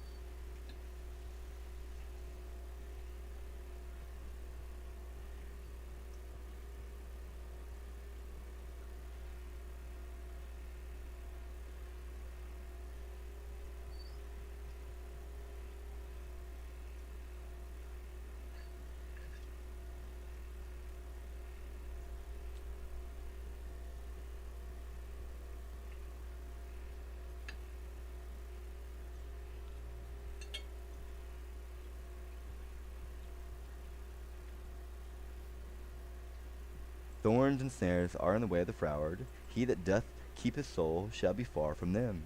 Train up a child in the way he should go, and when he is old he will not depart from it. The rich ruleth over the poor, and the borrower is servant to the lender. He that soweth iniquity shall reap vanity, and the rod of his anger shall fail. He that hath a bountiful eye shall be blessed, for he giveth of his bread to the poor. Cast out the scorner, and contention shall go out, yea, strife. Life. Very well Excuse done. me. Yes, strife and reproach shall cease. He that loveth pureness of heart, for the grace of his lips are king. For the grace of his lips the king shall be his friend. The eyes of the Lord preserve knowledge, and he overthroweth the words of the transgressor. Assault. The slothful man Neutral said, bomb. There is a lion without, I shall be slain in the streets. The mouth of a strange woman is a deep pit. He that is abhorred of the Lord shall fall Get the therein. objective. Foolishness is bound in the heart of a child, but the rod of correction shall drive it far from him. He that oppresseth the poor to increase his riches, and he that giveth to the rich shall surely come to want. Bow down thine ear, and hear the words of the wise, and apply thy heart unto my knowledge. For it is a pleasant thing, if thou keep them within thee, they shall withal be fitted in the lips. That thy trust may be in the Lord, I have made known to thee this day, even to thee. Have not I written to thee excellent things and counsels and knowledge, that I might make thee know the certainty of the words of truth, that thou mightest answer the words of truth to them that sin unto thee? Bomb taken. Rob not the poor, because he is poor, neither oppress the afflicted in the gate. For the Lord will plead their cause, and spoil the soul of those that spoil them. Make no friendship with an angry man, and with a furious man thou shalt not go. Lest thou learn his ways, and get a snare to thy soul, be not thou one of them that strike hands, or of them that are surety for debts. Okay. If thou hast nothing to pay, why should he take away thy bed from under thee? Remove not the ancient landmark, which thy fathers have set. Seest thou a man diligent in his business? He shall stand before kings, he shall not stand before mean men. Another one middle. Bomb taken. Jajoji. So I'm not asking. That's the thing about it.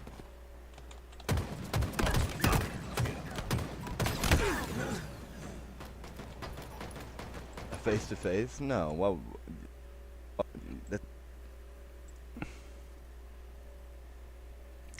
good call. I'll follow their lead on that one. I'll be right back.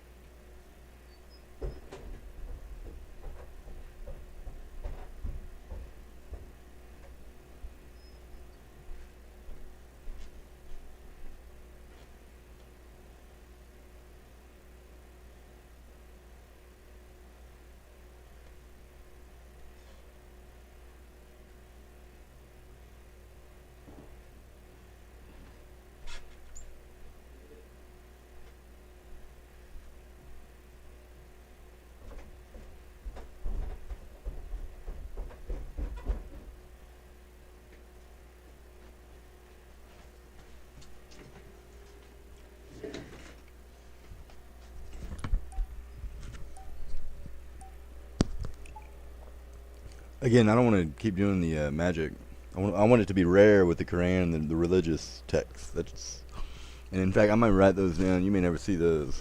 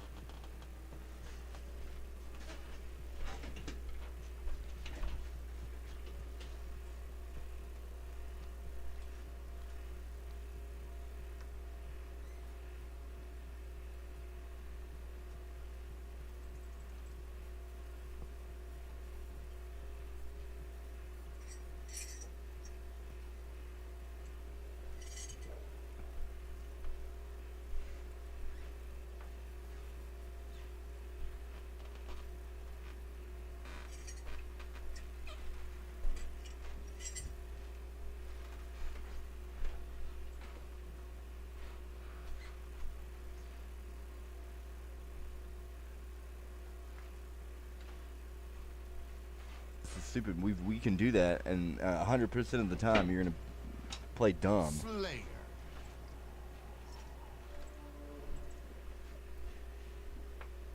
Nobody's gonna confess to that. It's against the law. That's why we have the law. But here I am. I'm here to tell you, you're gonna do something about this down there, whether you like it or not. And that Wagner on my spinal cord, I promise you, is going to be removed. And I assure you, the perpetrator behind it is going to jail and then some.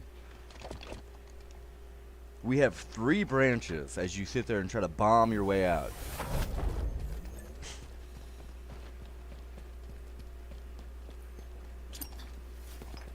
The tailbone down there. It's got to be like a section of the power lines going through the electric. You're putting weight in a specific area and then casting it out. It's pretty simple.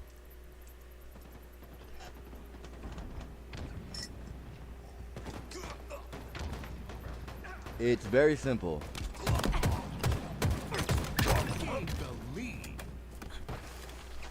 He shall not stand before mean men. We're definitely not mean. You deserve it.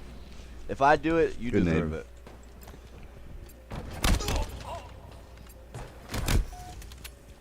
If you notice while I'm speaking, they mentioned Noah.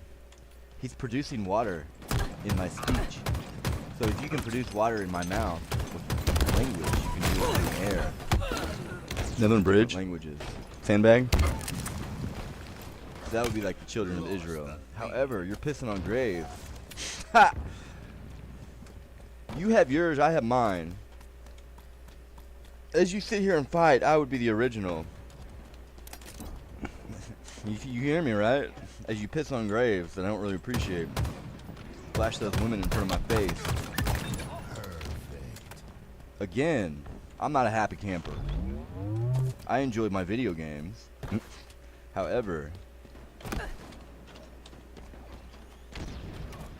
as we've mentioned, work and the assault in the bed.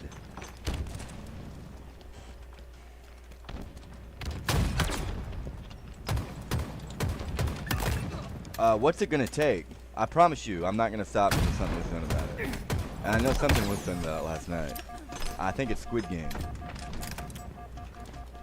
You are definitely using a radio wave on those outlets. This metal in this house. Again, fraud. I'm getting more and more angry, with merit.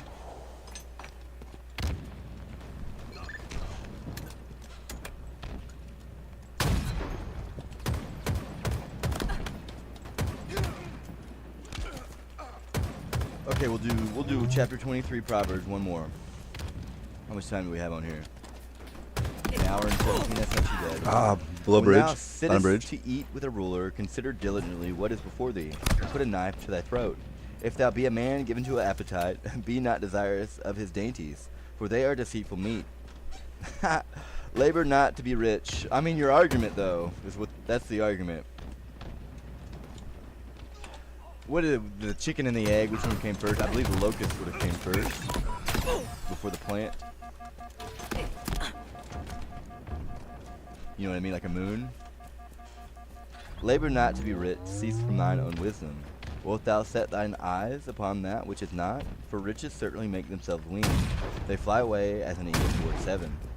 Eat thou not the bread of him that hath an evil eye, neither desire thou his dainty meats.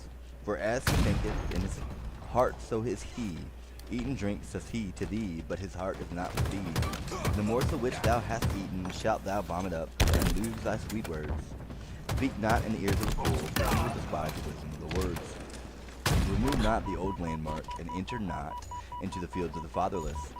For their Redeemer is mighty, he shall plead their cause with thee. Apply thy heart unto instruction, thy ears to the words of knowledge. Withhold not correction from the child, nor if thou beatest him with a rod, he shall not die. Thou shalt beat him with a rod, and shalt deliver his soul from hell. My son, if thine heart be wise, my heart shall rejoice, even mine. Yea, my reins shall rejoice, when my lips speak right things. Let not thine heart envy sinners, but be thou in the fear of the Lord all the day long. For surely there is an end, and thine expectation shall not be cut off. Hear thou, my son, and be wise, and guide thine heart to the way. Be not among wine among Sign, they're all riotous sign. eaters of flesh. For the drunkard and the glutton shall come to poverty, and drowsiness shall cloth the man with rags. Hearken unto the father that begat thee, and despise not thy mother when she is old. Buy the truth and sell it not, also wisdom and instruction and understanding. The father of the righteous shall greatly rejoice, and he that begetteth the wise child shall have joy with him. Thy father and thy mother shall be glad, and she that bare thee shall rejoice. My son, give me thine heart, and let thine eyes observe my ways. For a whore is a deep ditch, and a strange woman is a narrow pit. She also lieth in wait for prey, and increaseth the transgressors among them. Who hath woe? Who hath sorrow? Who hath contention? Who hath babbling? Who hath wounds without cause? Who hath redness of eyes? They that tarry long at the wine, they that go to seek mixed wine, look not thou upon the wine when it is red, when it giveth his color in the cup, when it moveth itself aright. At the last it biteth like a serpent, and stingeth like an adder. Thine eyes shall behold strange women, and thine heart shall utter perverse things. Yea, thou shalt be as he that lieth down in the midst of the sea, or as he that lieth upon the top of a mast. They have stricken me. Shalt thou say, and I was not sick? They have beaten me, and I have felt it not. When shall I awake? I will seek it yet again.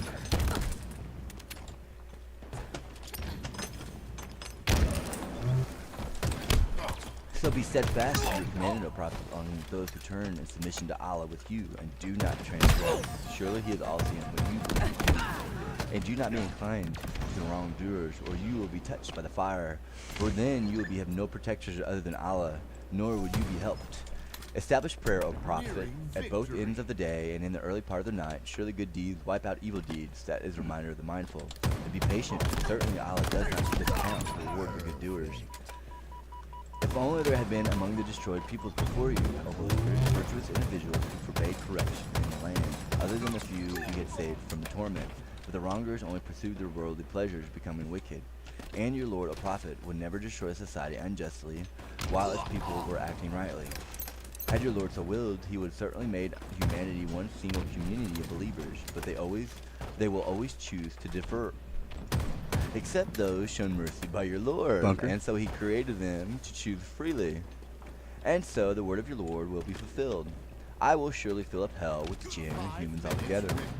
And we relate to you, O prophet, the stories of the messengers to reassure your heart. And there has come to you in this surah the truth, a warning to the disbelievers and a reminder of the believers. Say to those who disbelieve, persist in your ways, we will certainly persist in ours.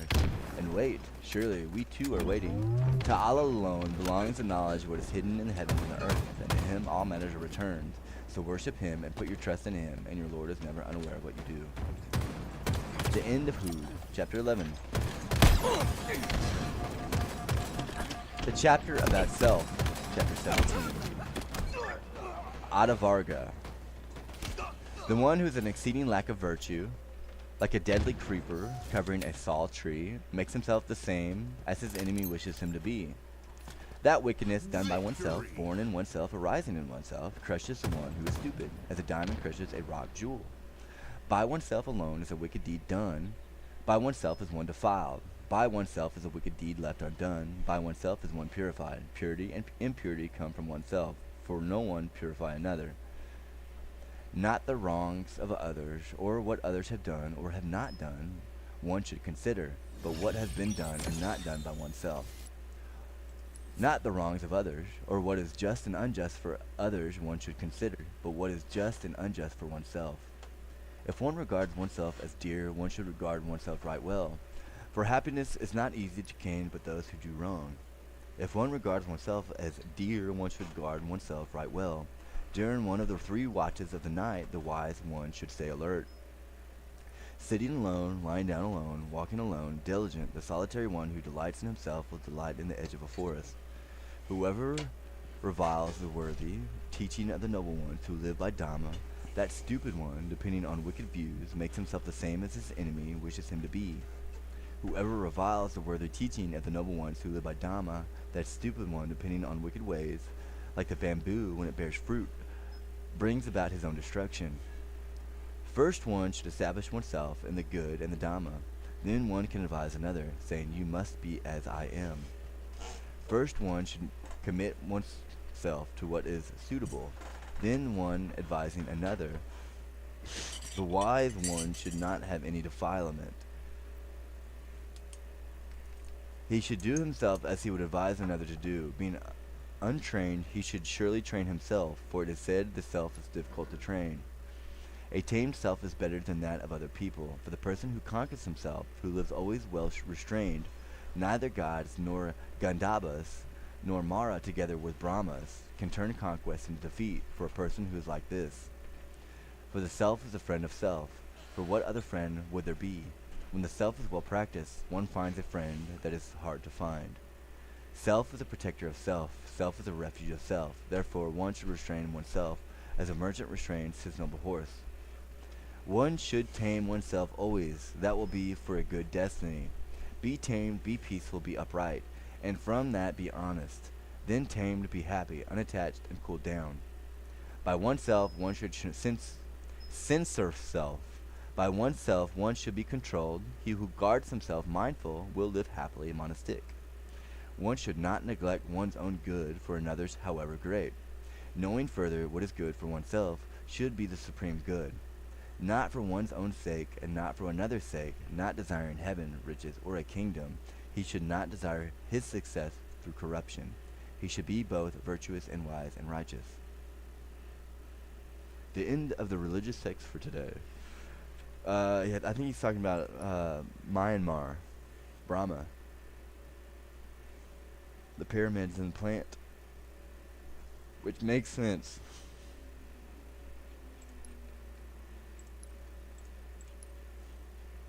Always be mindful.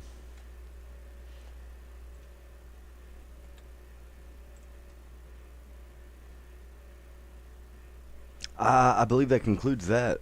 I'll probably move on to Hindu. We'll probably do some Hindu. In fact, now that I'm here, what are the Hindu texts? I believe this is one that I have not touched.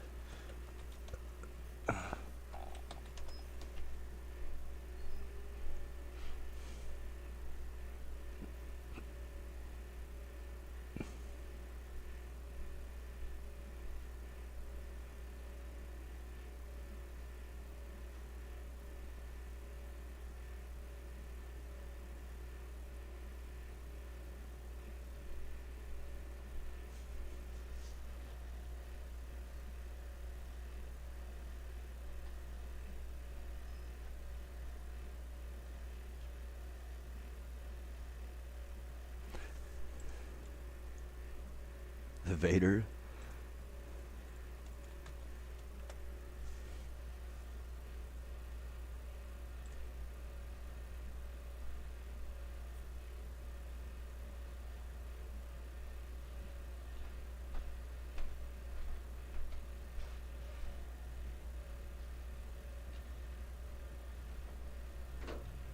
See, I don't know where I'm going here.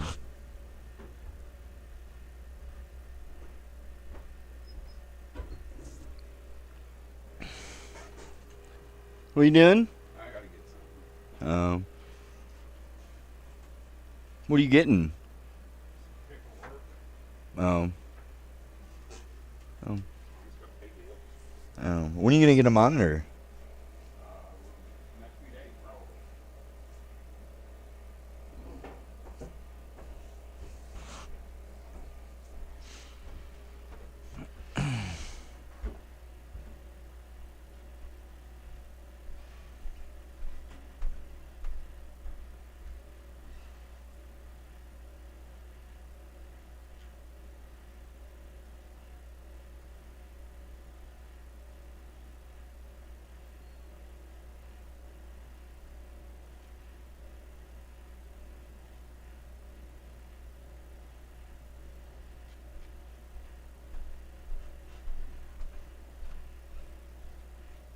Chanting? Yeah. We'll definitely have to set that up. Try something different with that. But I guess the language is the point there. See these battle styles. It makes sense.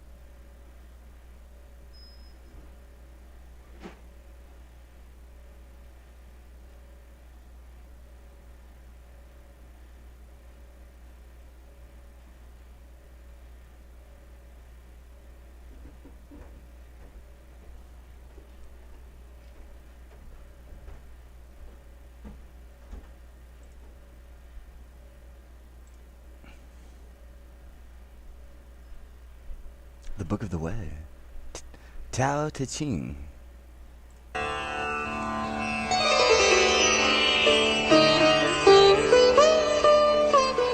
would probably be the one. The Upanishads. Isa Upanishad. Behold the universe in the glory of God, and all that lives and moves on earth. Leaving the transient, find joy in the eternal. Set not your heart on another's possession. Working thus, a man may wish for a life of 100 years. Only actions done in God bind not the soul of man. There are demon-haunted worlds, regions of utter darkness. Whoever in life denies the spirit falls into that darkness of death. The spirit without moving is swifter than the mind. The senses cannot reach him. He is ever beyond them. Standing still, he overtakes those who run. To the ocean of his being, the spirit of life leads the streams of action. He moves and he moves not. He is far and he is near. He is within all and he is outside all. Who sees all beings in his own self, and his own self in all beings, loses all fear. When a sage sees this great unity, and his self has become all beings, what delusion and what sorrow can ever be near him? The Spirit filled all with his radiance. He is incorporeal and invulnerable, pure and untouched by evil. He is the supreme seer and thinker, immanent and transcendent. He placed all things in the path of eternity. Into deep darkness fall those who follow action. Into deeper darkness fall those who follow knowledge. One is the outcome of knowledge, and another is the outcome of action. Thus we have heard from the ancient sages who explained this truth to us. He who knows both knowledge and action, with action overcomes death, and with knowledge reaches immortality. Into deep darkness fall those who follow the immanent. Into deeper darkness fall those who follow the transcendent. One is the outcome of the transcendent, and another is the outcome of the immanent. Thus have we heard from the ancient sages who explained this truth to us. He who knows both the transcendent and the immanent, with the immanent overcomes death, and with the transcendent reaches immortality. The face of truth remains hidden behind a circle of gold. Unveil it, O God of light, that I who love the true may see. O life-giving Sun, offspring of the Lord of creation, solitary seer of heaven, spread thy light and withdraw thy blinding splendor, that I may behold thy radiant form. That spirit far away within thee is my inmost spirit. May life go to immortal life, and the body go to ashes. Om. O my soul, remember past strivings. Remember. O my soul, remember past strivings. Remember. By the path of good, lead us to final bliss. O fire divine, thou God who knowest all ways, deliver us from wandering evil. Middle. Prayers and adoration we offer unto thee.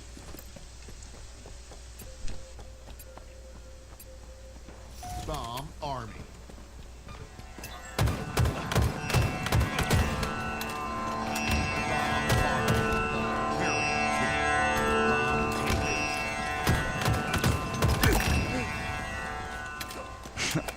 Well, we got lucky on that one. Kena Upanishad. Part 1. Who sends the mind to wander afar? Who first drives life to start on its journey? Who impels us to utter these words? Who is the spirit behind the eye and the ear? It is the ear of the ear, the eye of the eye, and the words. The mind of mind and the life of life. Those who follow wisdom pass beyond, and, on leaving this world, become immortal. There the eye goes not, nor words nor mind. We know not, we cannot understand. How he can be explained? Red Tower. He is above the known, and he is above the unknown. Thus have we heard from the ancient sages who explained this truth to us. What cannot be spoken with words, but that whereby words are spoken? Know that alone to be Brahman, the spirit, and not what people here adore. What cannot be thought with the mind, but that whereby the mind can think? Know that alone to be Brahman, the spirit, and not what people here adore. What cannot be seen with the eye, but that whereby the eye can see? Know that alone to be Brahman, the spirit, and not what people here adore. What cannot be heard with the ear, but that whereby the ear can hear, know that alone to be Brahman, the spirit, and not what Talking people about the here thumper they have adore. going on. What cannot be indrawn The back with of the blade. breath, but that whereby breath is indrawn. Know that alone to be Brahman, the spirit, and not what people here adore. Part 2. Master, if you think I know well, little truth you know. You only perceive that appearance of Brahman that lies in the senses and is in you. Pursue your meditation. Disciple. I mean to know. I do not imagine I know him well, and yet I cannot middle. say I know him not. Who of us knows this, knows him, and not who says, I know him not?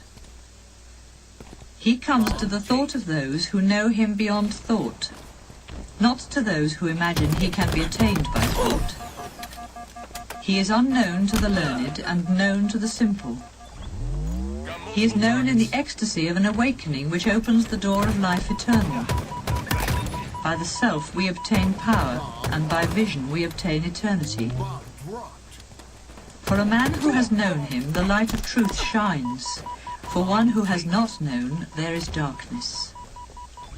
The wise who have seen him in every being, on leaving this life, attain life immortal. Part 3. Objective ready. Once upon a time, Brahman, the spirit supreme, won a victory for the gods. And the gods thought in their pride, Another one? Bottom basement? we alone attained this victory. Ours alone is the glory. Brahman saw it and appeared to them, but they knew him not. Who is that being that fills us with wonder? They cried. And they spoke to Agni, the god of fire. O God, all-knowing, go and see who is that being that fills us with wonder. Agni ran towards him, and Brahman asked, who are you? I am the god of fire, he said, the god who knows all things. Bomb taken. What power is in you? Asked Brahman. I can burn all things on earth. And Brahman placed a straw before him, saying, burn this. The god of fire strove with all his power, but was unable to burn it. They're pushing pretty hard. He then returned to the other gods and said, I could not find out who was that being that fills us with wonder. Then they spoke to Vayu, the god of the air. O Vayu, go and see who is that being that fills us with wonder. Vayu ran towards him, and Brahman asked, who are you? I am Vayu, the god of the air, he said. Matarisvan, the air that moves in space. Middle. What power is in you? Asked Brahman. In a whirlwind I can carry away all there is on earth. And placed a straw before him, saying, blow this away. The god of the air strove with all his power, but was unable to move it. He returned to the other gods and said, I could not find out who was that being that fills us with wonder. Then the gods spoke to Indra, the god of thunder. O giver of earthly goods, go and see who is that being that fills us with wonder. And Indra ran toward Brahman, the spirit supreme. But he disappeared. Then in the same region of the sky, the gods saw a lady of radiant beauty. She was Uma, divine wisdom, the daughter of the mountains of snow. Who is that being that fills us with wonder? He asked. Part 4. I'm trying to figure out how this played out. He is Brahman, the spirit supreme, she answered. Rejoice in him, since Solomon? through him you attained the glory of victory. And the gods, Agni, Vayu, and Indra, excelled the other gods, for they were the first that came near Brahman, and they first knew he was the Spirit Supreme. And thus Indra, the god of thunder, excelled all other gods, Middle. There you go. for he came nearest to Brahman, and he first knew that he was the Spirit Supreme. Concerning whom it is said, he is seen in nature in the wonder of a flash of lightning. He comes to the soul in the wonder of a flash of vision. His name is Tadvanam, which translated means the end of love-longing. As Tadvanam, he should have adoration. All beings will love such a lover of the Lord. Master, you asked me to explain the Upanishad, the sacred wisdom. The Upanishad has been explained to you. In truth, I have been telling you the sacred teaching concerning Brahman. No scope. Bomb taken.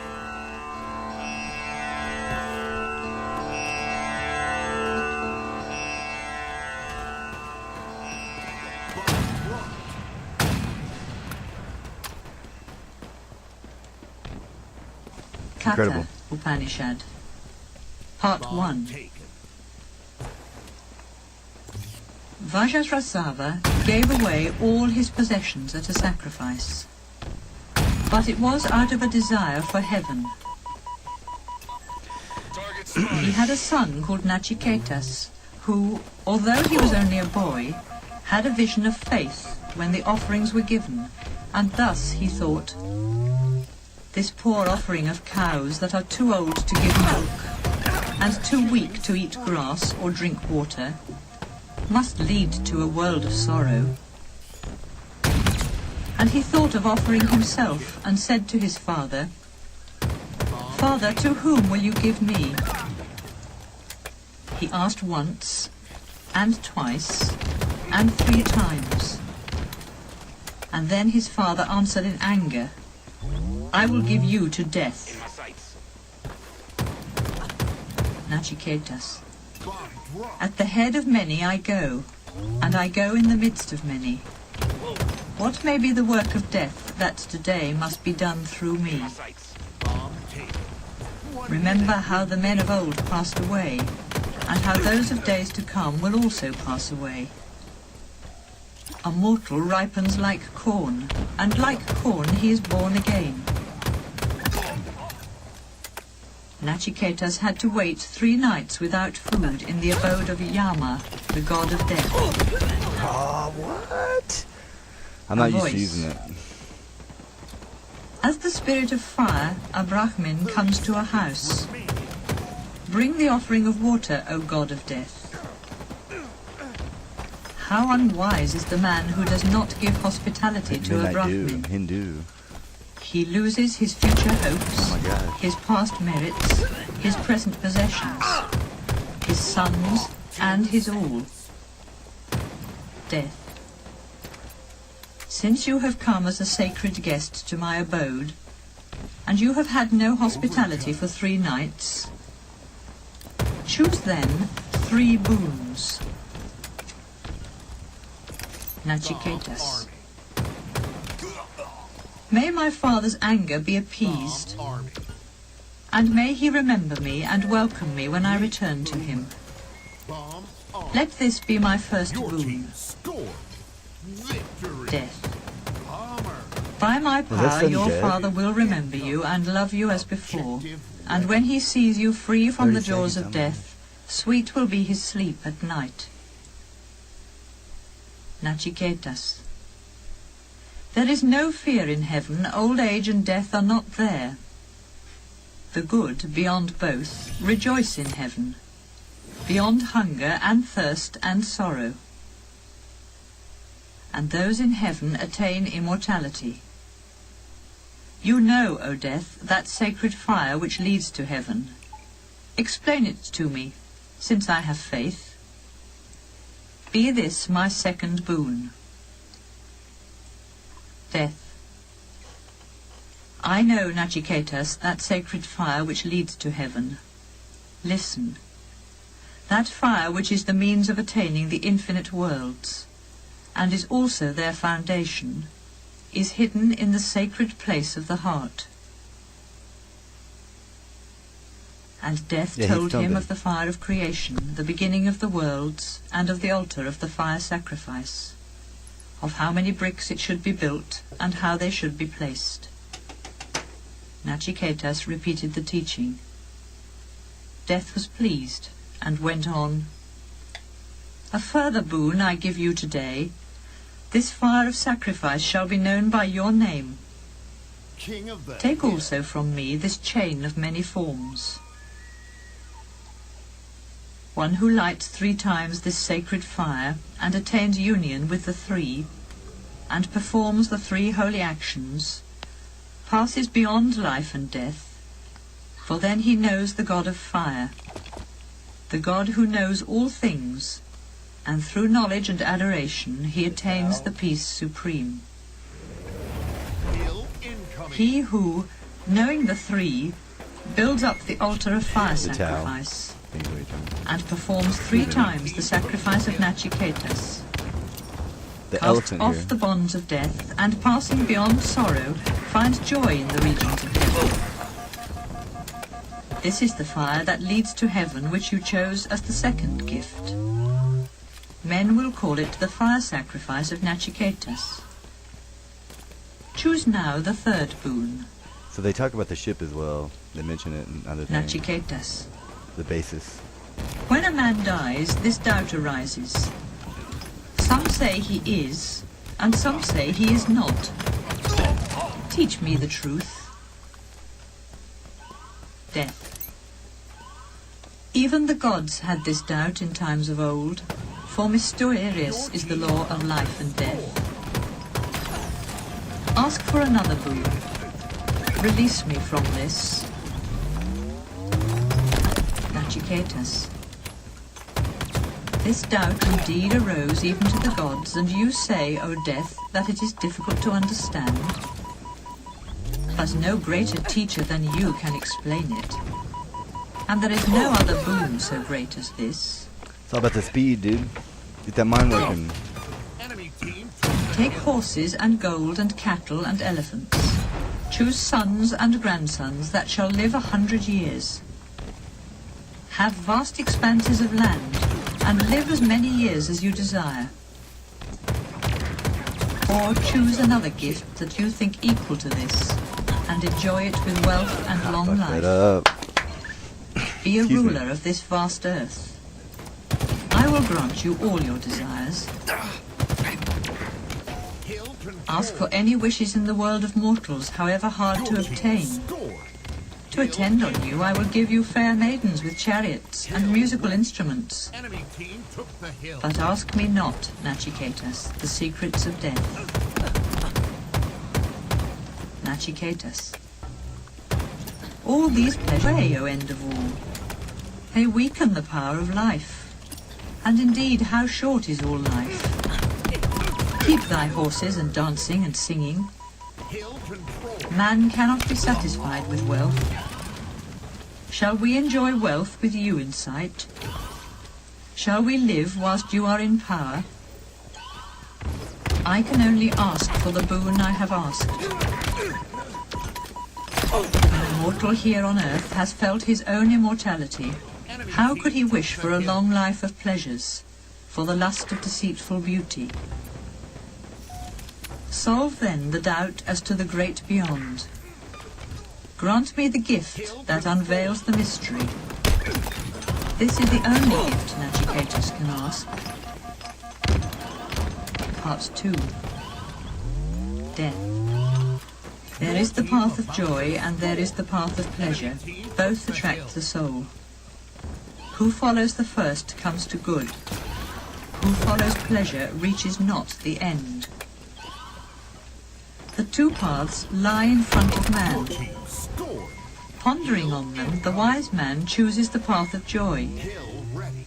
The fool takes the path of pleasure. You have pondered, Nachiketas, on pleasures, and you have rejected them. You have not accepted that chain of possessions wherewith men bind themselves, and beneath which they sink. There is the path of wisdom and the path of ignorance. They are far apart and lead to different ends.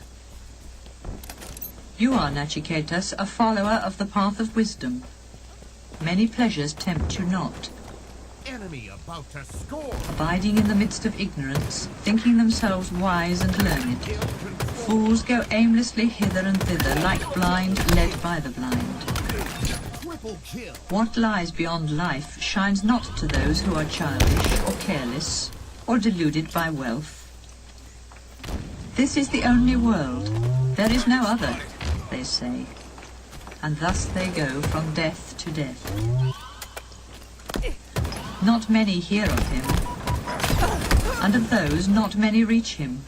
Enemy team. took Wonderful the is hill. he who can teach about him, and wise is he who can be taught. Wonderful is he who knows him when Enemy taught. team scored. Kill He incoming. cannot be taught by one who has not reached him, and he cannot be reached by much thinking. Kill control. The way to him is through a teacher who has seen him. Yeah, I'm about to look that up. He is higher than the highest thoughts, in truth above all thought. The guru, I This guess. sacred knowledge is not attained by reasoning, but it can be given by a true teacher. As your purpose is steady, you have found him. May I find another pupil like you. I know that treasures pass away and that the eternal is not reached by the transient. I have thus laid the fire of sacrifice in Nachiketas, and by burning in it the transient, I have reached the eternal. Kill control. Before your eyes have been spread, Nachiketas, the fulfillment of all desire, the dominion of the world, the eternal reward of ritual, the shore where there is no fear, the greatness of fame and boundless Your space. team about to score. With strength and wisdom, you have renounced them all. When the wise rests his mind in contemplation on our God beyond time, who invisibly dwells in the mystery of things and in the heart of man, Hill red. then he rises above pleasures and Enemy sorrow. team took the hill. When a man has heard and has understood, and, finding the essence, reaches the innermost, then he finds tower. joy in the source of joy. Nachiketas is a house open for thy Atman, thy God. Nachiketas, Hill control. tell me what you see beyond right and wrong, beyond what is done or not done, beyond past and future. Death. I will tell you the words that all the Vedas glorify, all self-sacrifice expresses, Enemy team took the all hill. sacred studies and holy life seek. That word is Hill Om. control. That word is the everlasting Brahman. That word is the highest end. When that sacred word is known, all longings are fulfilled. Hill control. It is the supreme means of salvation. It is the help supreme. When that great word is known, one is great in the heaven of Brahman. Atman, the spirit of vision, is never born and never dies. Before him there was nothing, Enemy team took and he the is hill. one for evermore. Never born and eternal. Beyond times gone or to come, he does not die when the body dies. Hill control. If the slayer thinks that he kills, and if the slain thinks that he dies, neither knows the ways of truth. The eternal in man cannot kill. The eternal in man cannot die. Concealed in the heart of all beings is the Atman, the spirit, the self, Control. smaller than the smallest atom, greater than the vast spaces. The man who surrenders his human will leaves sorrows behind and beholds the glory of the Atman by the grace of the Creator. Resting, he wanders afar. Sleeping, he goes everywhere. Who else but myself can know that God of joy and of sorrows? Cho. When the wise realize the omnipresent Spirit who rests invisible in the visible and permanent in the impermanent, then they go beyond sorrow. Victory. Not through much learning is the Atman reached, not through the intellect and sacred teaching. It is reached by the chosen of him because they choose him. Ooh-wee, dude. Ooh-wee. To his chosen, the Atman reveals his glory. Not even through That deep stinks. knowledge can the Atman be reached unless evil ways are abandoned. And there is rest in the senses, concentration in the mind, and peace in one's heart. Who knows in truth where he is? The majesty of his power carries away priests and warriors, and death itself is carried away. Part 3. In the secret high place of the heart there are two beings who drink the wine of life in the world of truth. Those who know Brahman, those who keep the 5 sacred fires, and those who light the threefold fire of Nachiketas, call them light and shade. May we light the sacred fire of Nachiketas, the bridge to cross to the other shore where there is no fear, the supreme everlasting spirit. Know the Atman as lord of a chariot, and the body as the chariot itself. Know that reason is the charioteer, and the mind indeed is the reins. The horses, they say, are the senses, and their paths are the objects of sense. When the soul becomes one with the mind and the senses, he is called one who has joys and sorrows. He who has not right understanding, and whose mind is never steady, is not the ruler of his life, like a bad driver with wild horses. But he who has right understanding, and whose mind is ever steady, is the ruler of his life, like a good driver with well-trained horses. He who has not right understanding is careless and never pure, reaches not the end of the journey, but wanders on from death to death. But he who has understanding is careful and ever pure, reaches the end of the journey, from which he never returns. The man whose chariot is driven by reason, who watches and holds the reins of his mind, reaches the end of the journey, the supreme everlasting spirit. Beyond the senses are their objects, and beyond the objects is the mind. Beyond the mind is pure reason, and beyond reason is the spirit in man. Beyond the spirit in man is the spirit of the universe, and beyond is Purusha, the spirit supreme. Nothing is beyond Purusha. He is the end of the path. The light of the Atman, the spirit, is invisible, concealed in all beings. It is seen by the seers of the subtle, when their vision is keen and is clear. The wise should surrender speech in mind, mind in the knowing self, the knowing self in the spirit of the universe, and the spirit of the universe in the spirit of peace. Awake, arise, strive for the highest, and be in the light. Sages say the path is narrow and difficult to tread, narrow as the edge of a razor. The Atman is beyond sound and form, without touch and taste and perfume. It is eternal, unchangeable, and without beginning or end. Indeed, above reasoning. When consciousness of the Atman manifests itself, man becomes free from the jaws of death. The wise who can learn and can teach this ancient story of Nachiketas, taught by Yama, the god of death, finds glory in the world of Brahman. He who, filled with devotion, recites this supreme mystery at the gathering of Brahmins, or at the ceremony of the Sraddha for the departed, prepares for eternity. He prepares in truth for eternity. Part 4. The Creator made the senses outward going.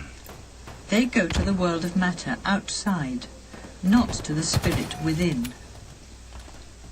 But a sage who sought immortality looked within himself and found his own soul.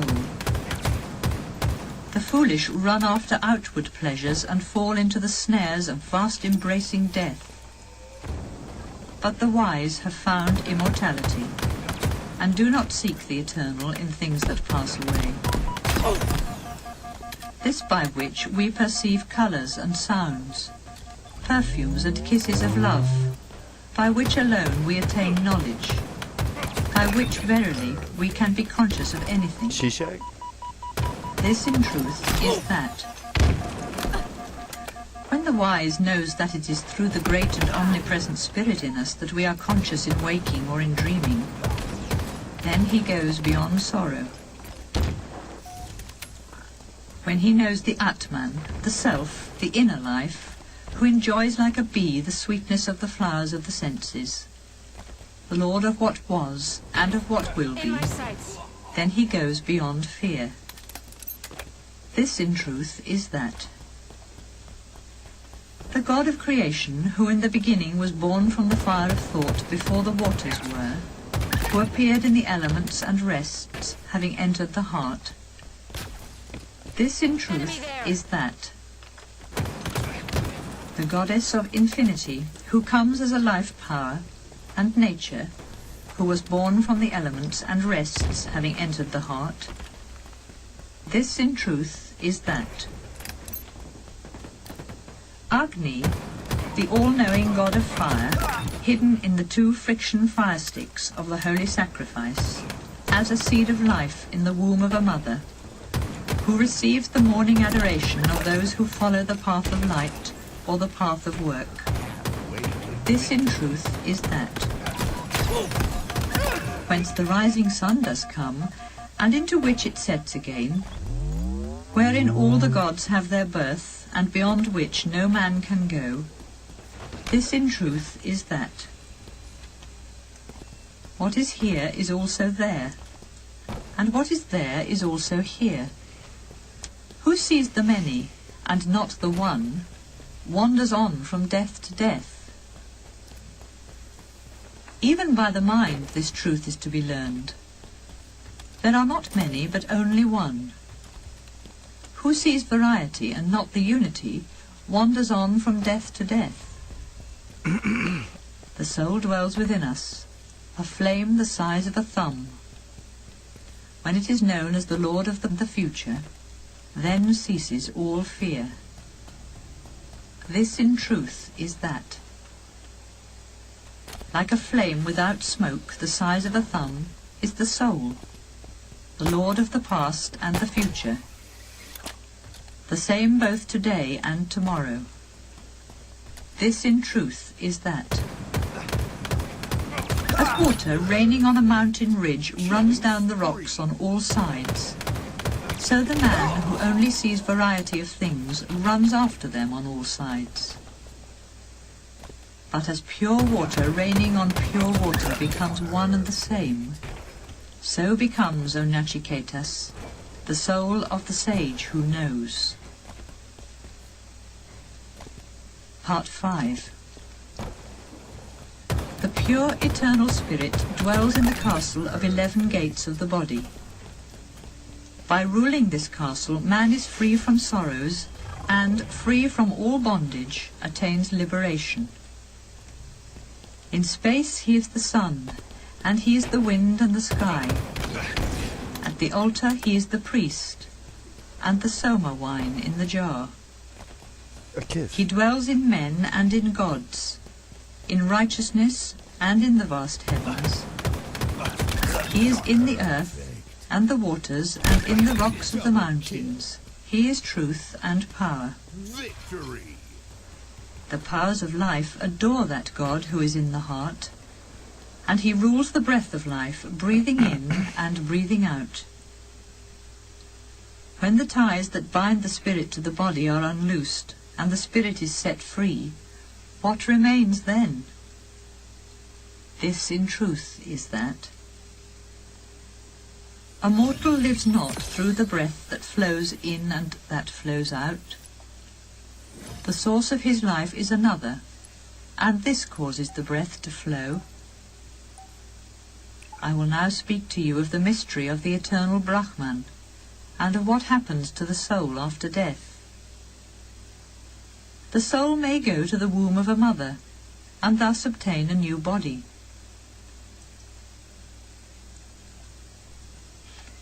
It even may go into trees or plants, according to its previous wisdom and work.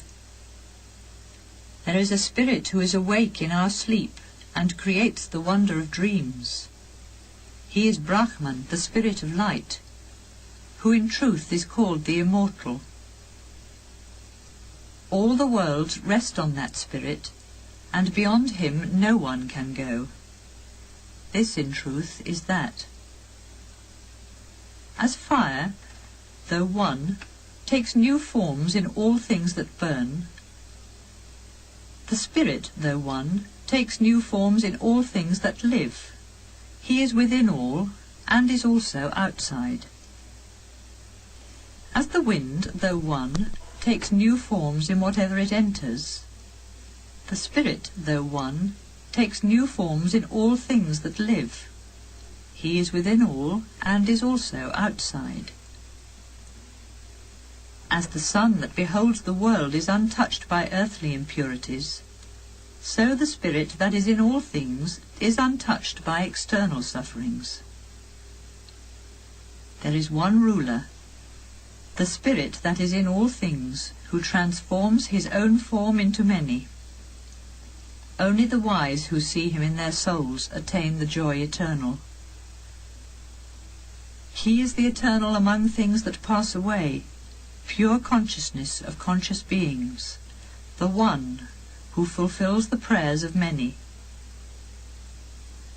Only the wise who see him in their souls attain the peace eternal.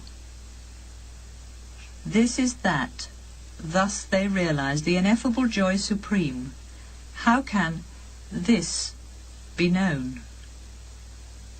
Does he give light, or does he reflect light? There the sun shines not, nor the moon, nor the stars. Lightnings shine not there, and much less earthly fire. From his light all these give light, and his radiance illumines all creation. Part 6. The tree of eternity has its roots in heaven above, and its branches reach down to earth. It is Brahman, pure spirit, who in truth is called the immortal. All the worlds rest on that spirit, and beyond him no one can go. This in truth is that. The whole universe comes from him, and his life burns through the whole universe. In his power is the majesty of thunder. Those who know him have found immortality.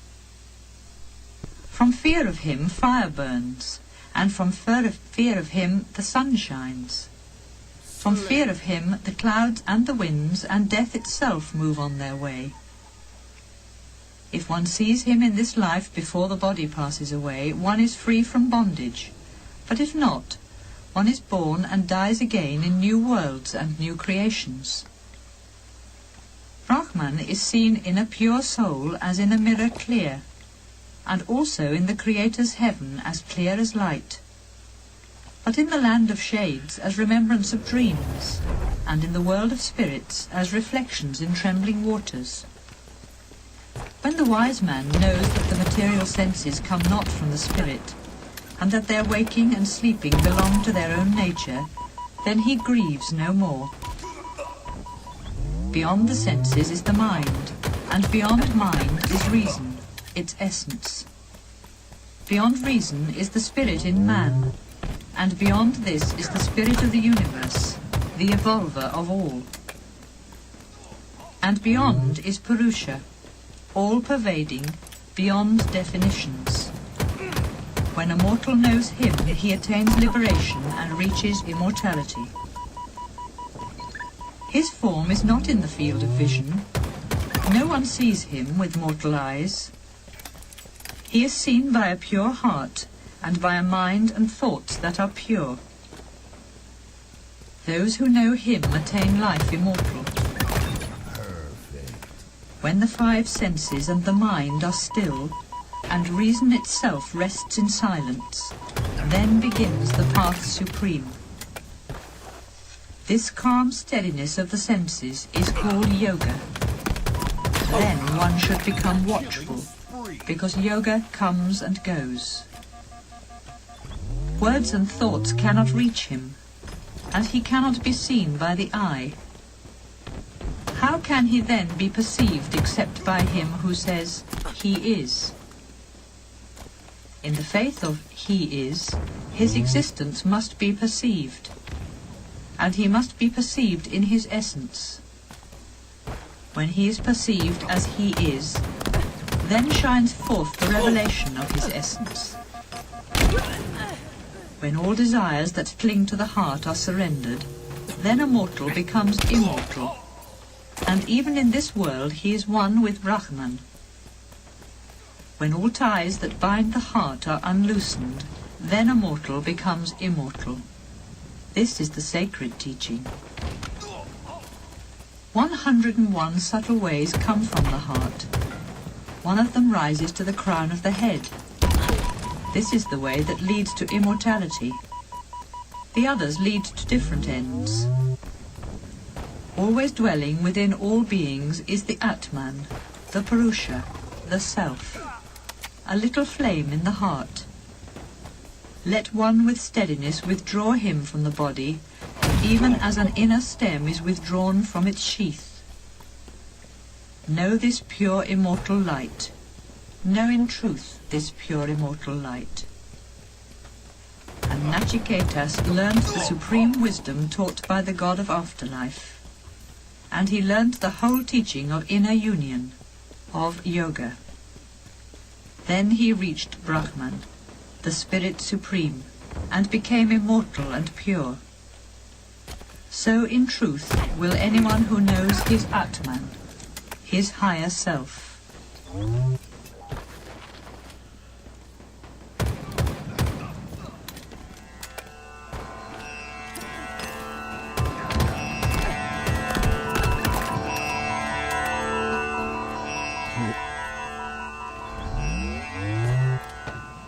What does a dibber do? Prasna Upanishad. First question. Didgeridoo? Sukesa Bharadvaja, Saibya Satyakama, Sauyayani Gagya, Kasalya Asvalayana, Bhagava Vaidavi, and Kabandi Katyayana were students filled with devotion for Brahman, the Supreme Spirit.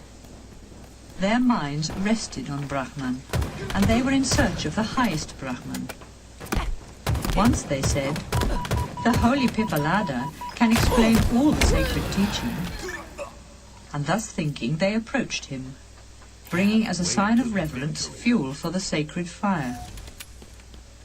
The sage said to them, remain another year in steadiness, purity and faith. Ask then anything you desire, and if I know, I will tell you all. When the time came, Kabandi Katyayana approached the sage and said, Master, whence came all created beings? The sage replied, in the beginning the Creator longed for the joy of creation. He remained in meditation, and then came Rayi, matter, and Prana, life. These two, thought he, will produce beings for me. The sun is life, and the moon is matter. All that has form, solid or subtle, is matter.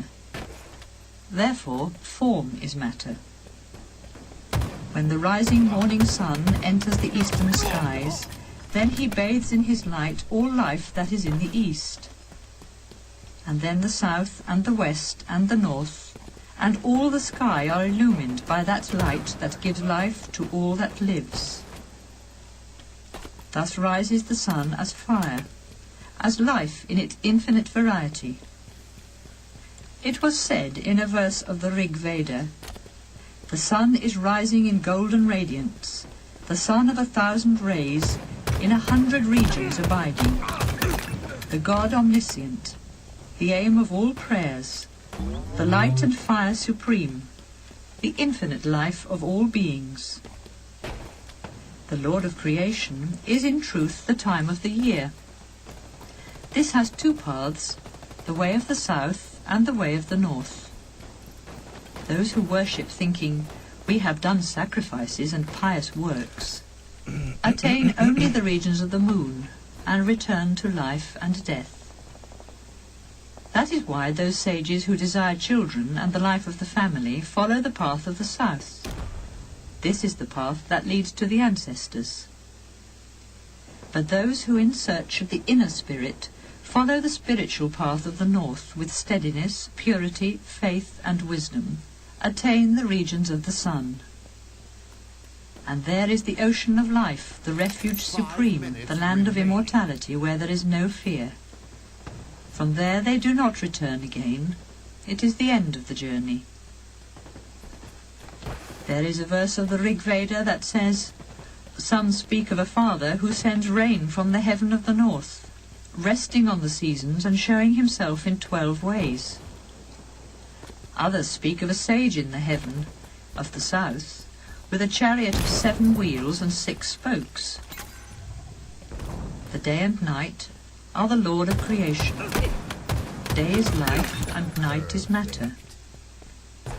Those who join in love by day waste life, but they follow the good path, those who join in love by night. The dark fortnight is indeed matter, and the bright fortnight is life. Some sages perform their rituals in the bright fortnight, but some in the time of darkness. Food is in truth the Lord of creation. From food seed is produced, and from this beings are born. Those who obey the law of the Lord of creation, they in turn become creators and like him produce a pair. They attain the pale regions of the moon. But those in whom there is no deceit, untruth or bad faith, who live in steadiness, purity and truth, theirs are the radiant regions of the sun." Then Bhargava Vaidabi asked, "Master, what are the powers that keep the union of a being? How many keep burning the lamps of life? And which amongst them is supreme?" The sage replied, "The powers are space, air, fire, water and earth, and voice, mind, the eye and the ear. These powers light the lamps of life and say, 'We keep the union of this being, and we are its foundation.' But life, the power supreme, said to them, 'Do not fall into delusion. It is I, in my 5-fold division, keep the union of this being, and I am its foundation.' But they believed him not. Life was offended and rose aloft to leave the body, and all the powers of life had to rise, and, life coming again to rest, all the powers had to rest. As when a queen bee arises, all the bees with her arise, and when she comes to rest again, then all again come to rest. Even so it happened to the powers of the voice, the mind, the eye, and the ear. The powers then understood and sang in joy this song of life. Life is the fire that burns and is the sun that gives light. Life is the wind and the rain and the thunder in the sky. Life is matter and is earth, what is and what is not, and what beyond is in eternity. On life all things are resting as spokes in the centre of a wheel. On life are resting the Vedas and prayers and warriors and priests. To thee, resting with thy powers, O life, all beings offer adoration. As Lord of creation, thou movest in the womb of the mother, thence to be reborn. Thou art the chief bearer of gifts to the gods, the first offering made to the departed. Thou art the poetry of the seers, the truth of ancient sages. Thou art Rudra, the god of protection. Thou art Indra in thy radiance, O life. As the sun that wanders in heaven, thou art Lord of all heavenly lights. When the rain pours down from heaven, O life, all thy creatures rejoice, and they say, food for us shall be in abundance. Thou art pure, O life, supreme seer, Lord and consumer of all. We, the givers of what thou enjoyest, thou, our Father, the breath of all life. Be favourable unto us, O life, with that invisible form of thine, which is in the voice, the eye, and the ear, and which lives in the mind.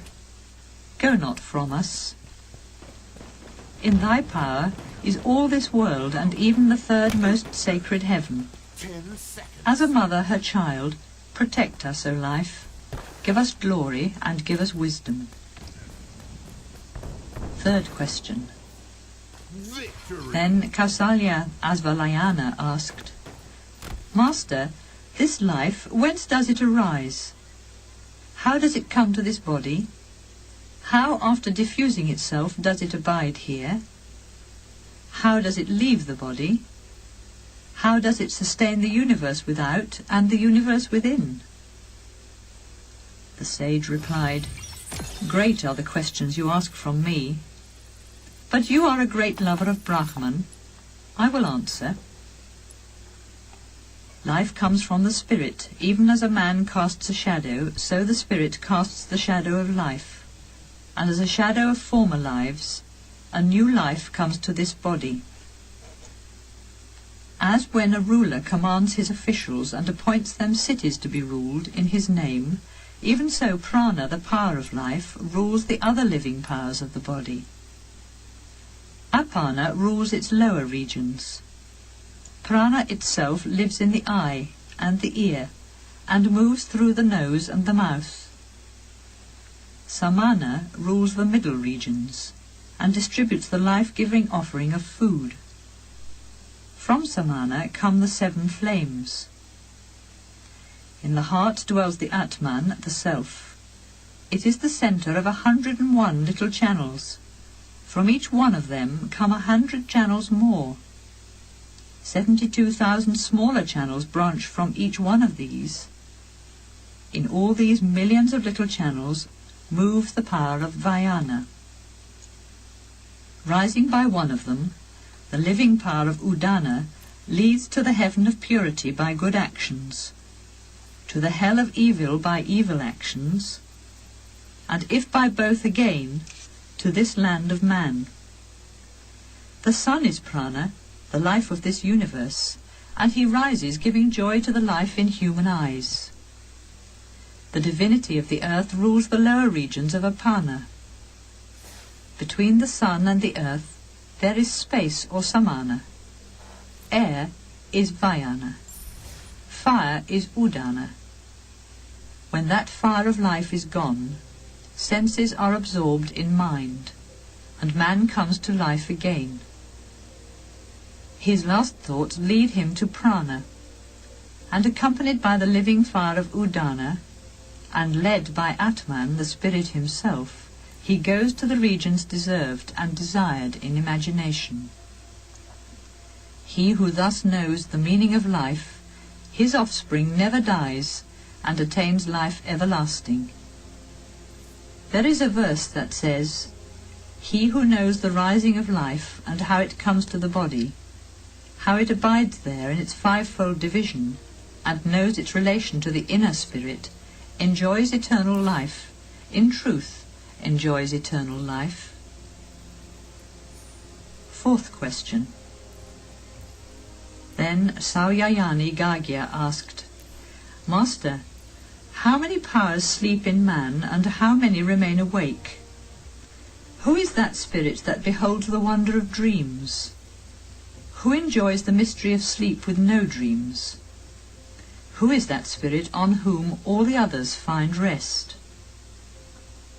The sage replied, As when before darkness falls the rays of the setting sun seem all to become one in its circle of light, though at the hour of sunrise they spread out again, even so all the powers of the senses become one in the higher power of the mind. Then a person does not see, hear, smell, taste, or touch, does not speak, receive or give, move, or enjoy joys of love. Then people say he sleeps. But in the city of the body the fires of life are burning, they sleep not. Apana is like the sacred home fire for ever kept burning from father to son. Vayana is like the fire of the south for offerings to the ancestors. Prana is like the fire of the east, lit up by the home fire. Samana is the Hotri priest, evenly distributing the two offerings of expiration and inspiration.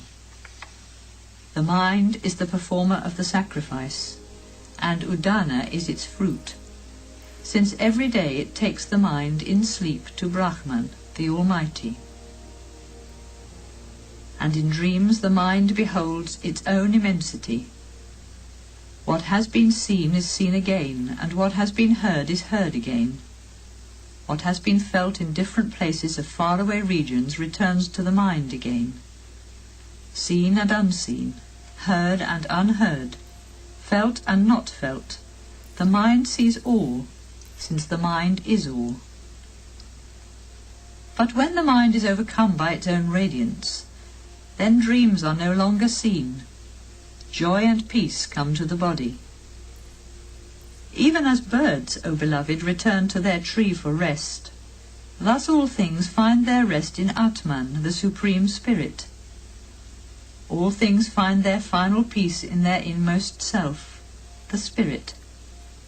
Earth, water, fire, air, space, and their invisible elements, sight, hearing, smell, taste, touch, and their various fields of sense, voice, hands, and all powers of action, mind, reason, the sense of I, thought, inner light, and their objects, and even life and all that life sustains.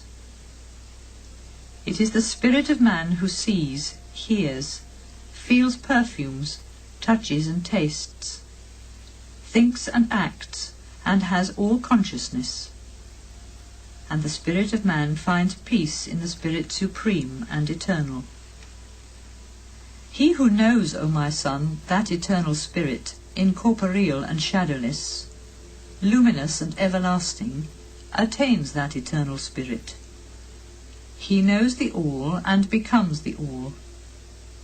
A verse there is that says, He who knows, O my beloved, that eternal spirit wherein consciousness and the senses, the powers of life and the elements find final peace, knows the all, and has gone into the all. Fifth question. Then Saibhya Satyakama asked, Master, that man who until the end of his life rests on Om, his meditation, where does he go after life? The sage replied, The word Om, O Satyakama, is the transcendent and the immanent Brahman, the Spirit Supreme. With the help of this sacred word, the wise attains the one or the other. Om, or Aum, has three sounds. He who rests on the first, his meditation, is illumined thereby, and after death returns speedily to this world of men, led by the harmonies of the Rig Veda. Remaining here, in steadiness, purity and truth, he attains greatness. And if he rests his mind in meditation on the first two sounds, he is led by the harmonies of the Yajur Veda to the regions of the moon, After enjoying their heavenly joys, he returns to earth again. But if, with the 3 sounds of the eternal Om, he places his mind in meditation upon the Supreme Spirit, he comes to the regions of light of the sun. There he becomes free from all evil, even as a snake sheds its old skin, and with the harmonies of the Sama Veda he goes to the heaven of Brahma, wherefrom he can behold the spirit that dwells in the city of the human body, and which is above the highest life. There are 2 verses that say, "The 3 sounds not in union lead again to life that dies, but the wise who merge them into a harmony of union in outer, inner and middle actions become steady, he trembles no more." With the harmonies of the Rig Veda unto this world of man, and with those of the Yajur Veda to the middle heavenly regions, but with the help of Om, the sage goes to those regions that the seers know in the harmonies of the Sama Veda. There he finds the peace of the Supreme Spirit, where there is no dissolution or death, and where there is no fear. 6th question.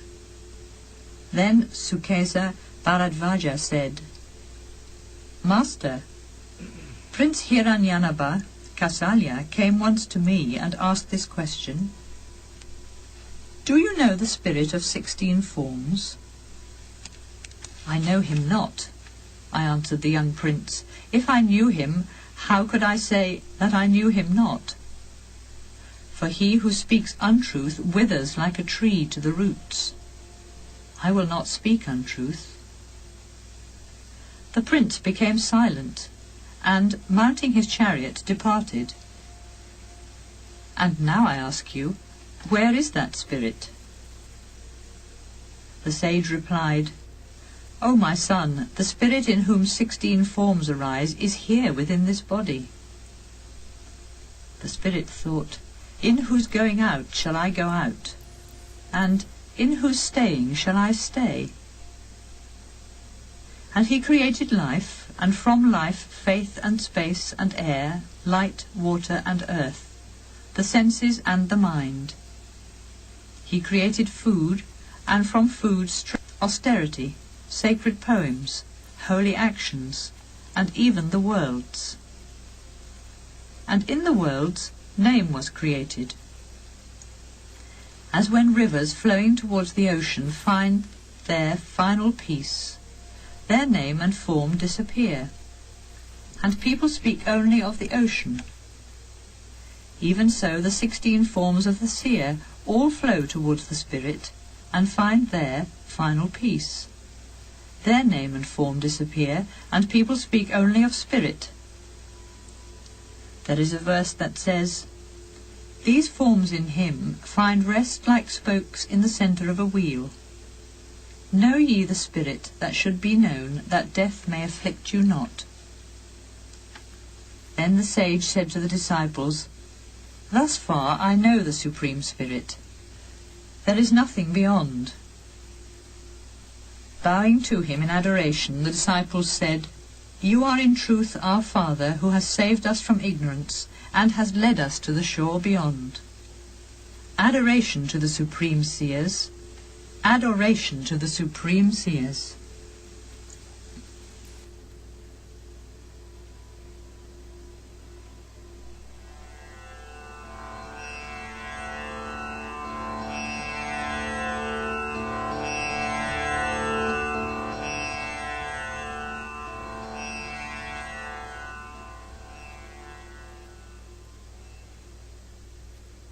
Mundaka Upanishad, Part 1, Chapter 1. Brahma was before the gods were, the creator of all, the guardian of the universe. The vision of Brahman, the foundation of all wisdom, he gave in revelation to his firstborn son, Atavan. That vision and wisdom of Brahman given to Atavan, he in olden times revealed to Angira, and Angira gave it to Satyava, who in succession revealed it to Angiras. Now there was a man whose name was Saunaka, owner of a great household, who, approaching one day Angiras with reverence, asked him this question: Master, what is that which, when known, all is known? The master replied, Sages say that there are two kinds of wisdom, the higher and the lower. The lower wisdom is in the 4 sacred Vedas, and in the 6 kinds of knowledge that help to know, to sing, and to use the Vedas. Definition and grammar, pronunciation and poetry, ritual and the signs of heaven. But the higher wisdom is that which leads to the eternal. He is beyond thought and invisible, beyond family and colour. He has neither eyes nor ears. He has neither hands nor feet. He is everlasting and omnipresent, infinite in the great and infinite in the small. He is the eternal whom the sages see as the source of all creation. Even as a spider sends forth and draws in its thread, even as plants arise from the earth and hairs from the body of man, even so the whole creation arises from the eternal. By tapas, the power of meditation, Brahman attains expansion, and then comes primeval matter. And from this comes life and mind, the elements, and the worlds, and the immortality of ritual action. From that spirit who knows all and sees all, whose tapas is pure vision, from him comes Brahma, the creator, name and form and primal matter. Chapter 2. This is the truth. The actions of devotion that sages heard in sacred verses were told in many ways in the 3 Vedas. Perform them always, O lovers of the true. They are your path of holy action in this world. When the flames of the sacred fire are rising, place then in faith the sacred offerings. If at the sacred fire of Agni-Hotra no heed is new moon, or of the full moon, or of the seasons of the year, or of the first fruits of spring, if no guests are present, if the offering of the sacrifice is left undone or not done according to rule, or the offering to all the gods is forgotten, then the offerer does not attain the reward of the 7 worlds. The dancing flames of the sacred fire are 7. The black, the terrific, that which is swift as the mind, that which is dark with smoke, the deep red, the spark blazing, and the luminous omniformed flame. If a man begins his sacrifice when the flames are luminous, and considers for the offerings the signs of heaven, then the holy offerings lead him on the rays of the sun, where the Lord of all gods has his high dwelling. And when on the rays of sunlight the radiant offerings raise him, then they glorify him in words of melody. Welcome, they say, welcome here. Enjoy the heaven of Brahma, won by pure, holy actions. But unsafe are the boats of sacrifice to go to the farthest shore. Unsafe are the 18 books where the lower actions are explained. The unwise who praise them as the highest end go to old age and death again. Abiding in the midst of ignorance, but thinking themselves wise and learned, fools aimlessly go hither and thither, like blind led by the blind. Wandering in the paths of unwisdom, we have attained the end of life, think the foolish. Clouds of passion conceal to them the beyond, and sad is their fall when the reward of their pious actions has been enjoyed. Imagining religious ritual and gifts of charity as the final good, the unwise see not the path supreme. Indeed, they have in high heaven the reward of their pious actions, but thence they fall and come to earth or even down to lower regions. But those who in purity and faith live in the solitude of the forest, who have wisdom and peace, and long not for earthly possessions, Those in radiant purity pass through the gates of the sun to the dwelling place supreme, where the Spirit is in eternity. Beholding the worlds of creation, let the lover of God attain renunciation. What is above creation cannot be attained by action. In his longing for divine wisdom, let him go with reverence to a teacher, in whom live the sacred words, and whose soul has peace in Brahman. To a pupil who comes with mind and senses in peace, the teacher gives the vision of Brahman, of the spirit of truth and eternity. Part 2. Chapter 1. This is the truth. As from a fire of flame thousands of sparks come forth, even so from the Creator an infinity of beings have life, and to him return again. But the spirit of light above form, never born, within all, outside all, is in radiance above life and mind, and beyond this creation's creator.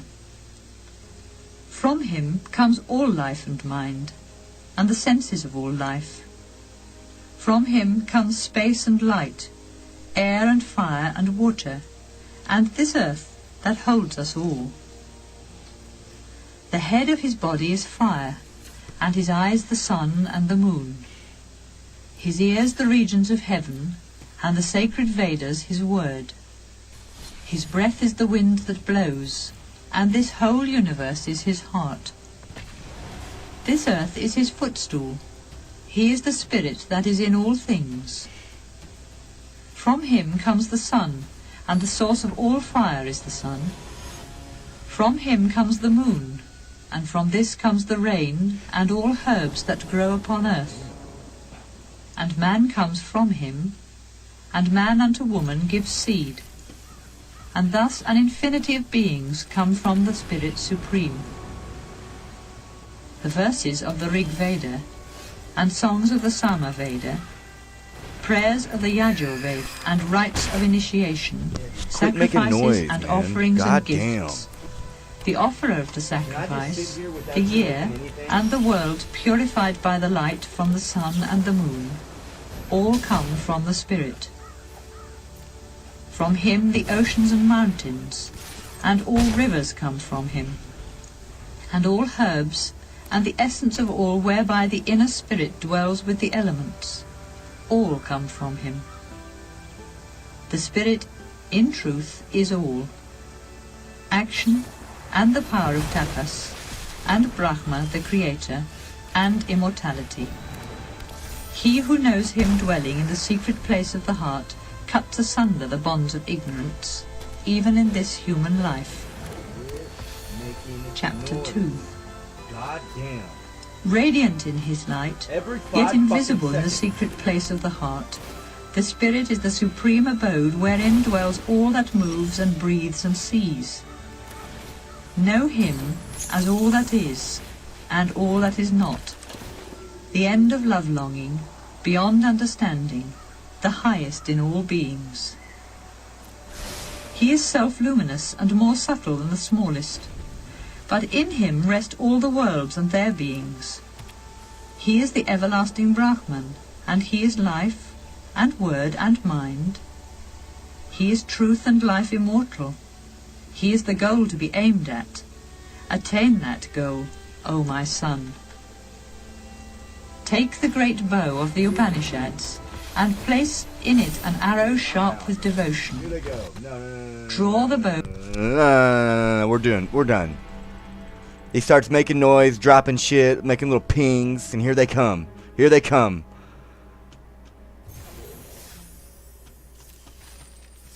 I'm done. We're done with you, dude.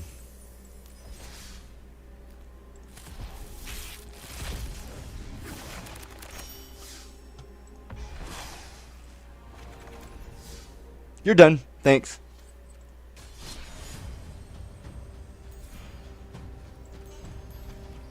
You're done.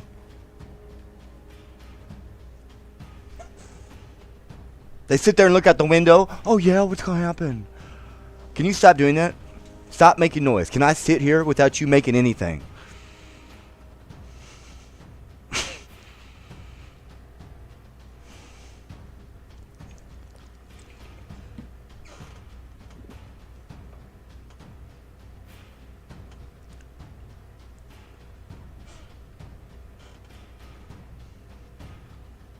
In bad taste. Come on, stop making that noise. Get the fuck out.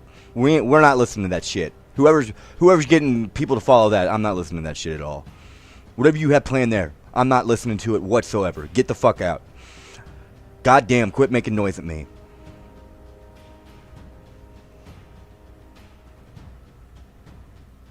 No reason.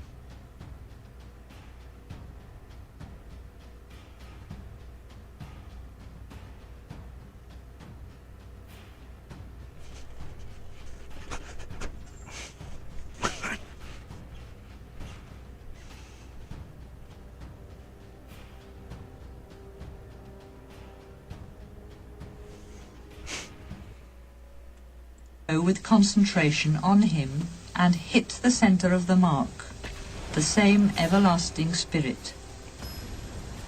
The bow is the sacred Om, and the arrow is our own soul. Brahman is the mark of the arrow, the aim of the soul. Even as an arrow becomes one with its mark, let the watchful soul be one in him. In him are woven the sky and the earth and all the regions of the air, and in him rest the mind and all the powers of life. Know him as the one, and leave aside all other words. He is the bridge of immortality. Where all the subtle channels of the body meet, like spokes in the center of a wheel, there he moves in the heart and transforms his one form unto many.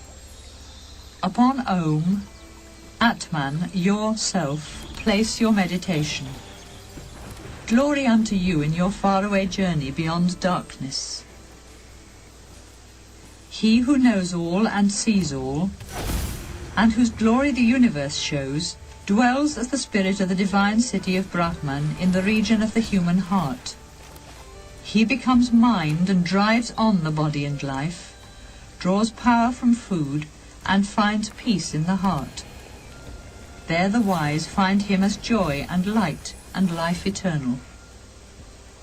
And when he is seen in his immanence and transcendence, then the ties that have bound the heart are unloosened, the doubts of the mind vanish, and the law of karma works no more. In the supreme golden chamber is Brahman indivisible and pure. He is the radiant light of all lights, and this knows he who knows Brahman. There the sun shines not, nor the moon, nor the stars. Lightnings shine not there, and much less earthly fire. From his light all these give light, and his radiance illumines all creation. Far spreading before and behind, and right and left, and above and below, is Brahman, the spirit eternal. In truth, Brahman is all. Part 3, Chapter 1.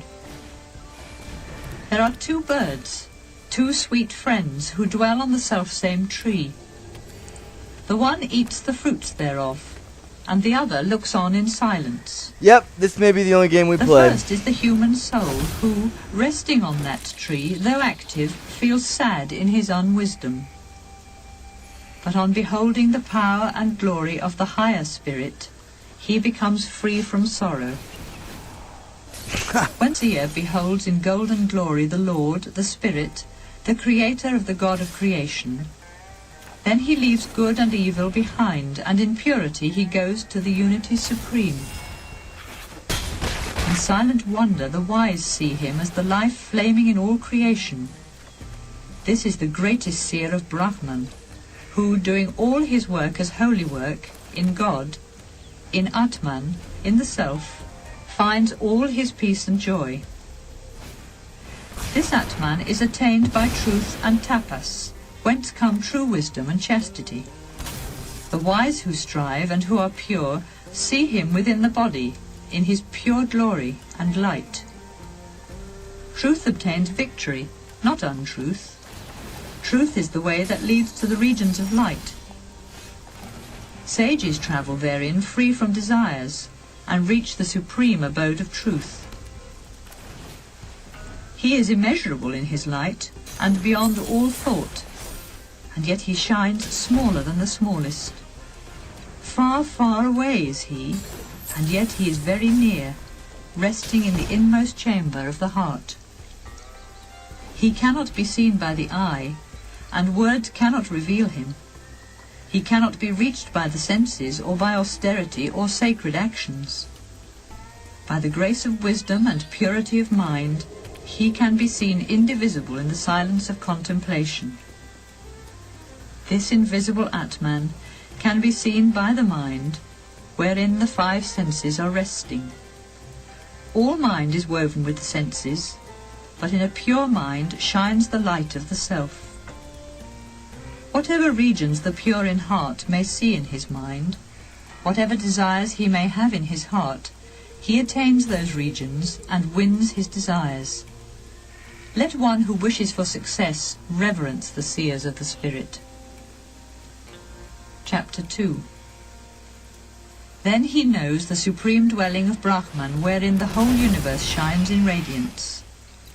The wise who, free from desires, adore the spirit, pass beyond the seed of life in death. A man whose mind wanders among desires and is longing for objects of desire goes again to life and death according to his desires. But he who possesses the end of all longing, and whose self has found fulfillment, even in this life his desires will fade away. Not through much learning is the Atman reached, not through the intellect or sacred teaching. He is reached by the chosen of him. To his chosen the Atman reveals his glory. The Atman is not reached by the weak or the careless, or those who practice wrong austerity, but the wise who strive in the right way lead their soul into the dwelling of Brahman. Having reached that place supreme, the seers find joy in wisdom, their souls have fulfillment, their passions have gone, they have peace. Filled with devotion, they have found the spirit in all and go into the all. Those ascetics who know well the meaning of the Vedanta, whose minds are pure by renunciation, at the hour of departing find freedom in the regions of Brahman and attain the supreme everlasting life.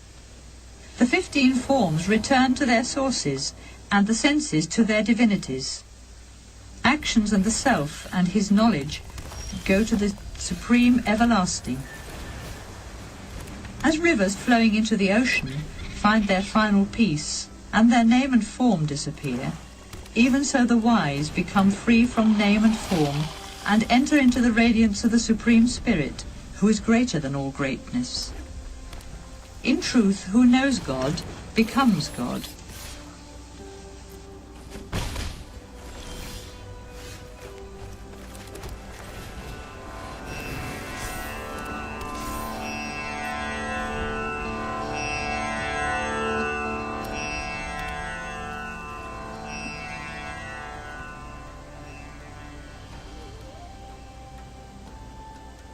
Mandukya Upanishad. Om. This eternal word is all. What was, what is, and what shall be, and what beyond is in eternity, is Om. Brahman is all, and Atman is Brahman. Atman the self has 4 conditions. The first condition is the waking life of outward moving consciousness, enjoying the 7 outer gross elements. The second condition is the dreaming life of inner moving consciousness, enjoying the 7 subtle inner elements in its own light and solitude. The third condition is the sleeping life of silent consciousness, when a person has no desires and beholds no dreams. That condition of deep sleep is one of oneness, a mass of silent consciousness made of peace and enjoying peace. This silent consciousness is all-powerful, all-knowing, the inner ruler, the source of all, the beginning and end of all beings. The fourth condition is Atman in his own pure state, the awakened life of supreme consciousness. It is neither outer nor inner consciousness, neither semi-consciousness, nor sleeping consciousness. Neither consciousness nor unconsciousness. He is Atman, the Spirit himself, that cannot be seen or touched. That is above all distinction, beyond thought, and ineffable. In the union with him is the supreme proof of his reality. He is the end of evolution and non-duality. He is peace and love. This Atman is the eternal word, Om. Its three sounds, A, U, and M, are the first three states of consciousness. And these three states are the three sounds. The first sound, A, is the first state of waking consciousness common to all men. It is found in the words apti, attaining, and adimatvam, being first. Who knows this attains in truth all his desires, and in all things becomes first. The second sound, U, is the second state of dreaming consciousness. It is found in the words utkasha, uprising, and upayatvam, bothness. Who knows this raises the tradition of knowledge and attains equilibrium.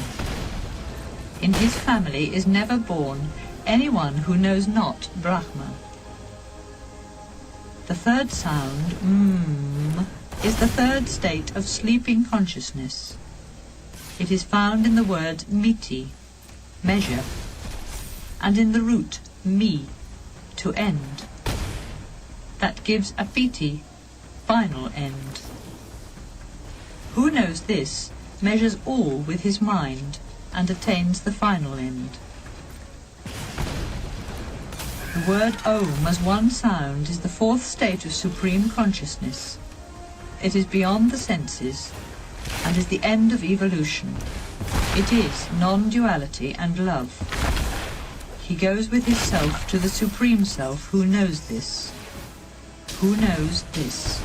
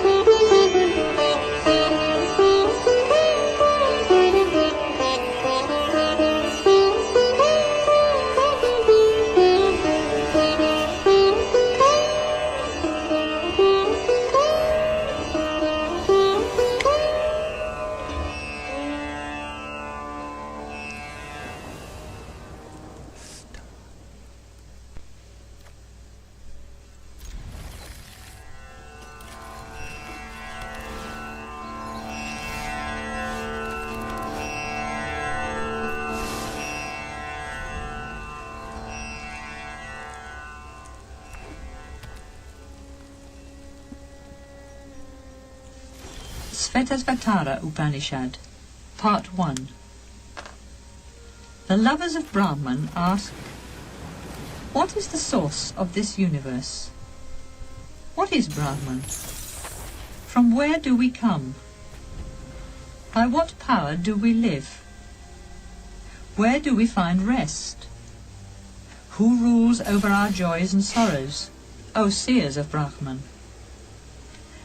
Shall we think of time, of the own nature of things, or of a law of necessity, or of chance, or of the elements, or of the power of creation, of woman or man? Not a union of these, for above them is a soul who thinks. But our soul is under the power of pleasure and pain. By the yoga of meditation and contemplation, the wise saw the power of God hidden in his own creation.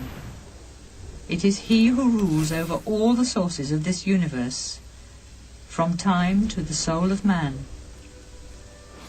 And they saw the wheel of his power made of one circle, 3 layers, 16 parts, 50 spokes, 20 counterspokes, 6 groups of 8, 3 paths, 1 rope of innumerable strands, and the great illusion.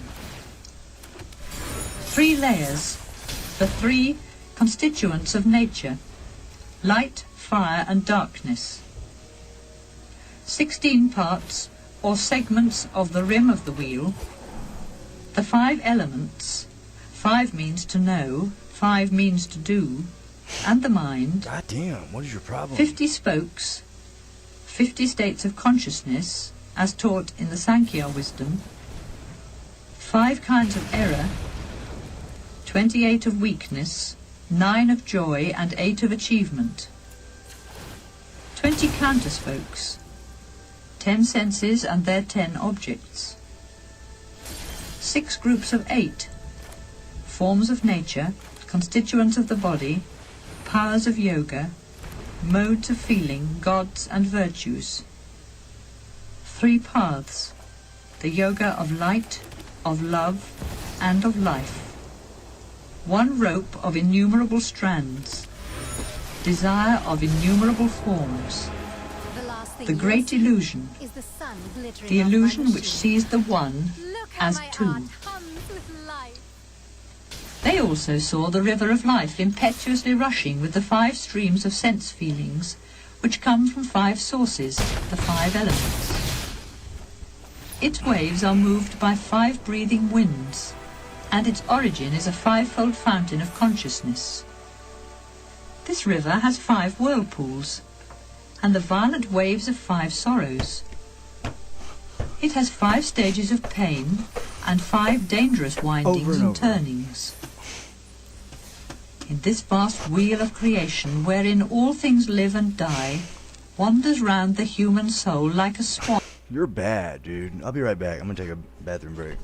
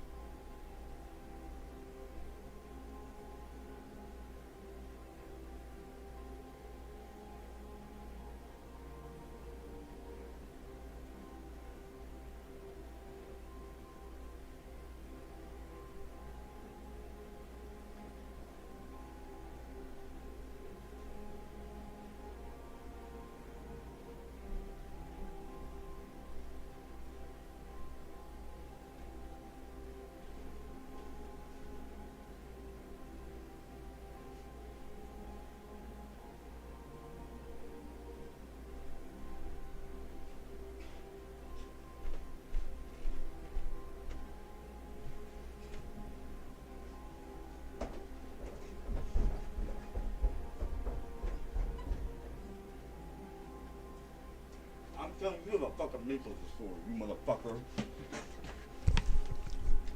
No offense, you people are mental.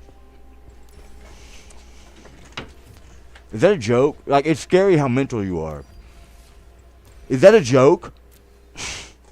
You're delusional. Stop doing that. I don't need you to do that. Stop doing that.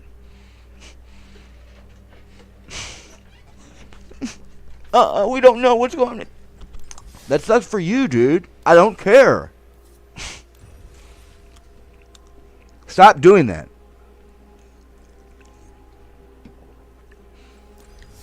You're more than obnoxious. More than obnoxious.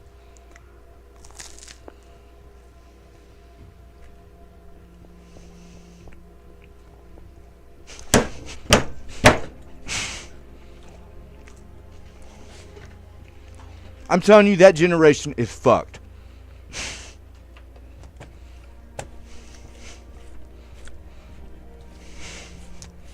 You are a fucking joke. You are mental. Huh? What's wrong? You're mental. Stop doing that. I'm not kidding.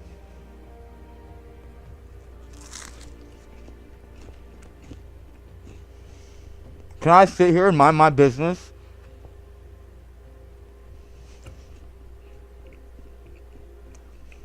Quit crying to me. I don't want you crying to me. You weren't there for me when I needed it. I'm not helping you. Get away from me. Stop doing that.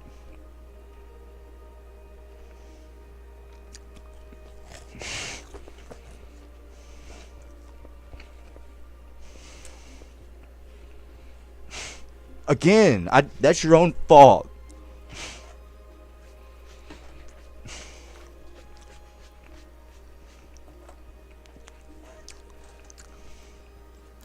Can I sit here and relax and do this without you making a bunch of noise over and over again?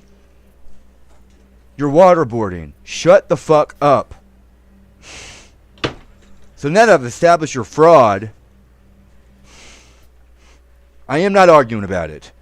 On in restless flying. Quit making noise, you And old she fucking thinks that person. God I is swear to afar. you. Quit! But when the love of God comes down upon her, You're not going to sit there and torture me. then she period. finds her own immortal life. Exalted in songs has been Brahman. You're not. In him are God, and the world, and the soul. And he is the imperishable supporter of all.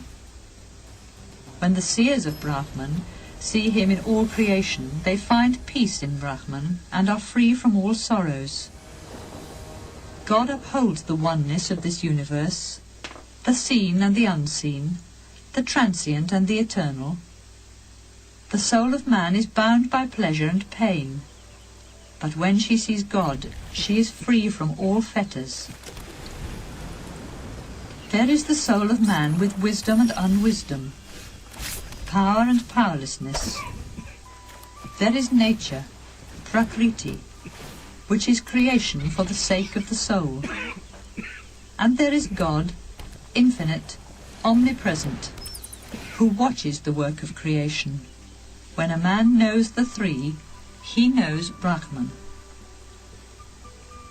Matter in time passes away, but God is forever in eternity, and he rules both matter and soul.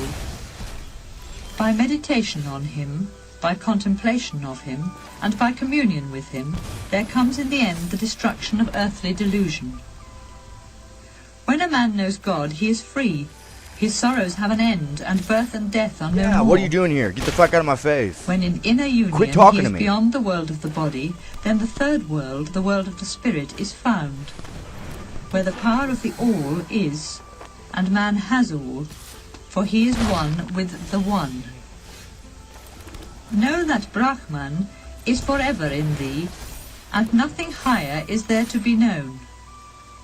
When one sees God and the world and the soul, one sees the three, one sees Brahman.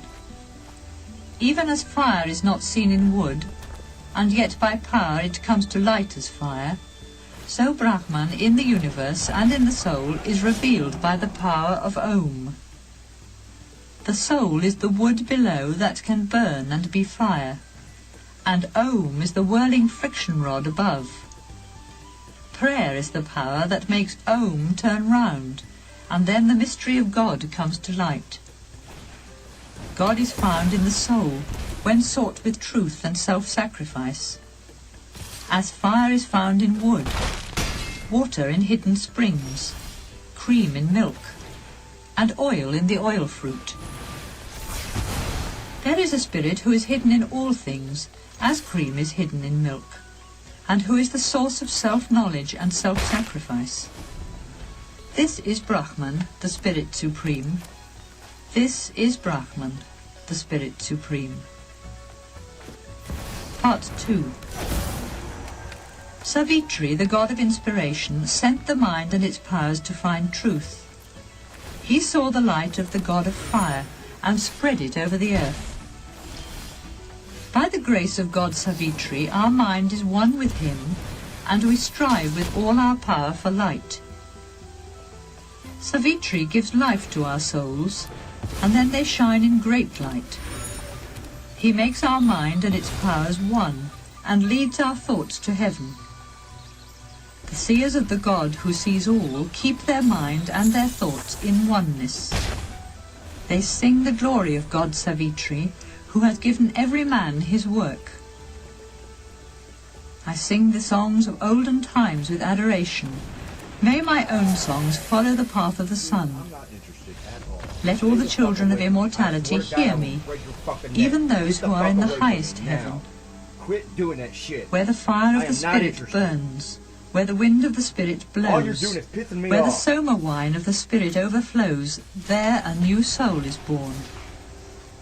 Inspired then by Savitri, let us find joy in the prayers of olden times. Yeah, get For if we lost. make them I'm not our interested. rock, Stop doing that. we shall be made pure of past sins.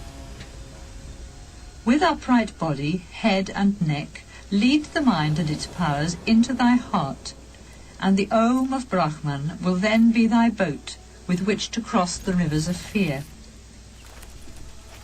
And when the body is in silent steadiness, breathe rhythmically through the nostrils with a peaceful ebbing and flowing of breath. The chariot of the mind is drawn by wild horses, and those wild horses have to be tamed. Find a quiet retreat All right, we're done for with the this. We're practice gonna go to of Halo. yoga, I'm done. sheltered done with from you. the wind, level and clean, free from rubbish, smouldering fires and ugliness. And where the sound of waters and the beauty of the place help thought and contemplation. These are the imaginary forms that appear before the final vision of Brahman. A mist, a smoke, and a sun. A wind, fireflies, and a fire. Lightnings, a clear crystal, and a moon. When the yogi has full power over his body composed of the elements of earth, water, fire, air, and ether, then he obtains a new body of spiritual fire, which is beyond illness, old age, and death. The first fruits of the practice of yoga are health, waste matter, and a clear complexion, lightness of the body, a pleasant scent, and a sweet voice, and an absence of greedy desires. Even as a mirror of gold covered by dust, when cleaned well, shines again in full splendour. When a man has seen the truth of the Spirit, he is one with him. The aim of his life is fulfilled, and he is ever beyond sorrow. Then the soul of man becomes a lamp by which he finds the truth of Brahman. Then he sees God, pure, never born. I'll be right back.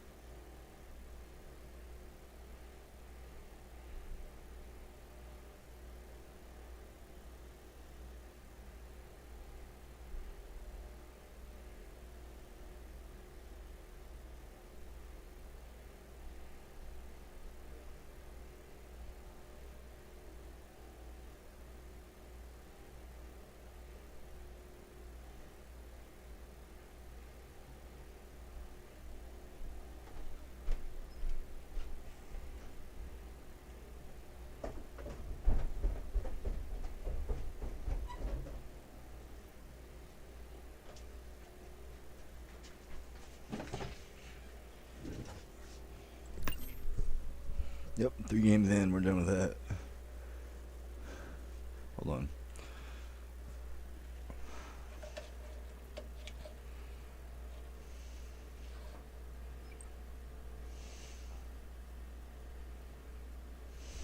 It's not very clean.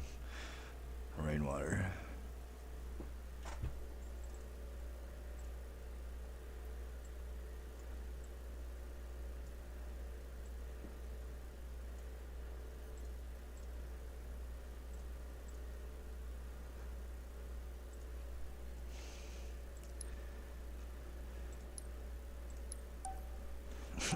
Three games in and I'm out. I wasn't a bad deck. It was just, no, I'm not doing that. Everlasting. And when he sees God, he is free from all bondage. This is the God whose light illumines all creation, the creator of all from the beginning. He was, he is, and forever he shall be. He is in all, and he sees all. Glory be to that God who is in the fire, who is in the waters, who is in plants and in trees, who is in all things in this vast creation. Unto that Spirit be glory and glory. Part 3. There is one in whose hands is the net of Maya, who rules with his power, who rules all the worlds with his power. He is the same at the time of creation and at the time of dissolution. Stronghold. Those who know him attain immortality. He is Rudra. He alone is the one who governs the worlds with his power. He watches over all beings and rules their creations and their destruction. His eyes and mouths are everywhere. His arms and feet are everywhere. He is God who made heaven and earth, who gave man his arms, and who gave to the birds their wings. May Rudra, the seer of eternity, who gave to the gods their birth and their glory, who keeps all things under his protection, and who in the beginning created the golden seed, grant us the grace of pure vision. Come down to us, Rudra, who art in the high mountains. Come and let thy light of thy face, free from fear and evil, shine upon us. Enemy team. Come to us with thy love. Let not the arrow in thy hand hurt man or any living being. Let it be an arrow of love. Greater than all is Brahman, the Supreme, the Infinite. He dwells in the mystery of all beings according to their forms in nature. Those who know him, who knows all, and in whose glory all things are, attain immortality. I know the Spirit Supreme, radiant like the sun beyond darkness. He who knows him goes beyond death, for he is the only path to life immortal. His infinity is beyond what is great or small, and greater than him there is nothing. Like a tree everlasting, he stands in the center of heaven, and his radiance illumines all creation. Those who know him who is greater than all, beyond form and beyond pain, attain immortality. Those who know not go to the worlds of sorrow. I don't know about that. All this universe is in the glory of God, of Shiva, the god of love. The heads and faces of men are his own, and he is in the hearts of all. He is indeed the Lord Supreme, whose grace moves the hearts of men. He leads us unto his own joy, and to the glory of his light.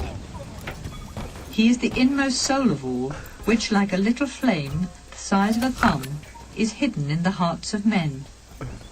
He is the master of wisdom, ever reached by thought and love. He is the immortality of those who know him. He has innumerable heads and eyes and feet, Green. and his vastness enfolds the universe, and even a measure of 10 beyond. God is in truth the whole universe, what was, what is, and what beyond shall ever be. He is the God of life immortal, and of all life that lives by food. His hands and feet are everywhere. He has heads and mouths everywhere. He sees all, he hears all. He is in all, and he If you're is. gonna make noise, I have 3 computers. I mean, we The all light can of have consciousness comes to him What do you through want? infinite powers of perception, and yet he is above these powers, as God, the ruler of all, it. You know what I the mean? infinite refuge of all. The wandering swan of the soul dwells in the castle of 9 gates of the body, and Exactly. flies away to enjoy the outer world. He is the master of the universe, of all that moves, and of all that moves not. Without hands he holds all things, without feet he runs everywhere. Without eyes he sees all things. Without ears all things he hears. He knows all, but no one knows him. The Spirit before the beginning, the Spirit supreme, everlasting. Concealed in the heart of all beings lies the Atman, the Spirit, the Self, smaller than the smallest atom, greater than the greatest spaces. When by the grace of God man sees the glory of God, he sees him beyond the world of desire, and then sorrows are left behind. I know that Spirit whose infinity is in all, who is ever one beyond time. I know the Spirit whom the lovers of Brahman call eternal, beyond the birth and rebirth of life. Part 4. May God, who in the mystery of his vision and power transforms his white radiance into his many-coloured creation, from whom all things come and into whom all they return, grant us the grace of pure vision. He is the sun, the moon and the stars. He is the fire, the waters and the wind. He is Brahma, the creator of all, and Prajapati, the lord of creation. Thou this boy and thou this maiden, thou this man and thou this woman. Thou art this old man who supports himself on a staff. Thou the God, whom appears in forms infinite. Thou the blue bird, and thou the green bird. Thou the cloud that conceals the lightning, and thou the seasons and the oceans. Beyond beginning, thou art in thy infinity, and all the worlds had their beginning in thee. There is nature, never born, who with her Sure, 3 sure, elements, light, fire and darkness, creates all things in nature.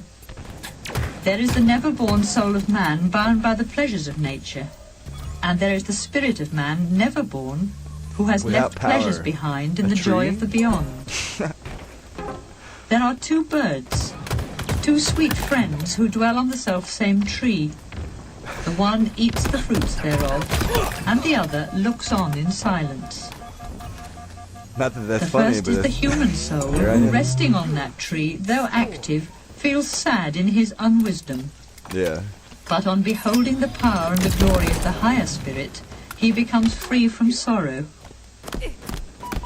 Of what use is the Rig Veda to one who does not know the Ridge. spirit from whom the Rig Veda comes, and in whom all things abide? For only those who have found him have found peace. For all the sacred books, all holy sacrifice and ritual and prayers, all the words of the Vedas, and the whole past and present and future come from the Spirit. With Maya, his power of wonder, he makes all things, and by Maya the human soul is bound. Know therefore that nature is Maya, but that God is the ruler of Maya, and that all beings in our universe are parts of his infinite splendor. He rules over the sources of creation. From him comes the universe, and unto him it returns. He is the Lord, the giver of blessings, the one God of our adoration, in whom there is perfect peace. May Rudra, the seer of eternity, who gave to the gods their birth and their glory, who keeps all things under his protection, and who in the beginning saw the golden seed, grant us the grace of pure vision. Who is the God to whom we shall offer adoration? The God of gods, in whose glory the worlds are, and who rules this world of man and all living beings. He is the God of forms infinite, in whose glory all things are, smaller than the smallest atom, and yet the creator of all, One shot. ever living in the mystery of his creation. Your team scoring. In the vision of this, there is everlasting peace.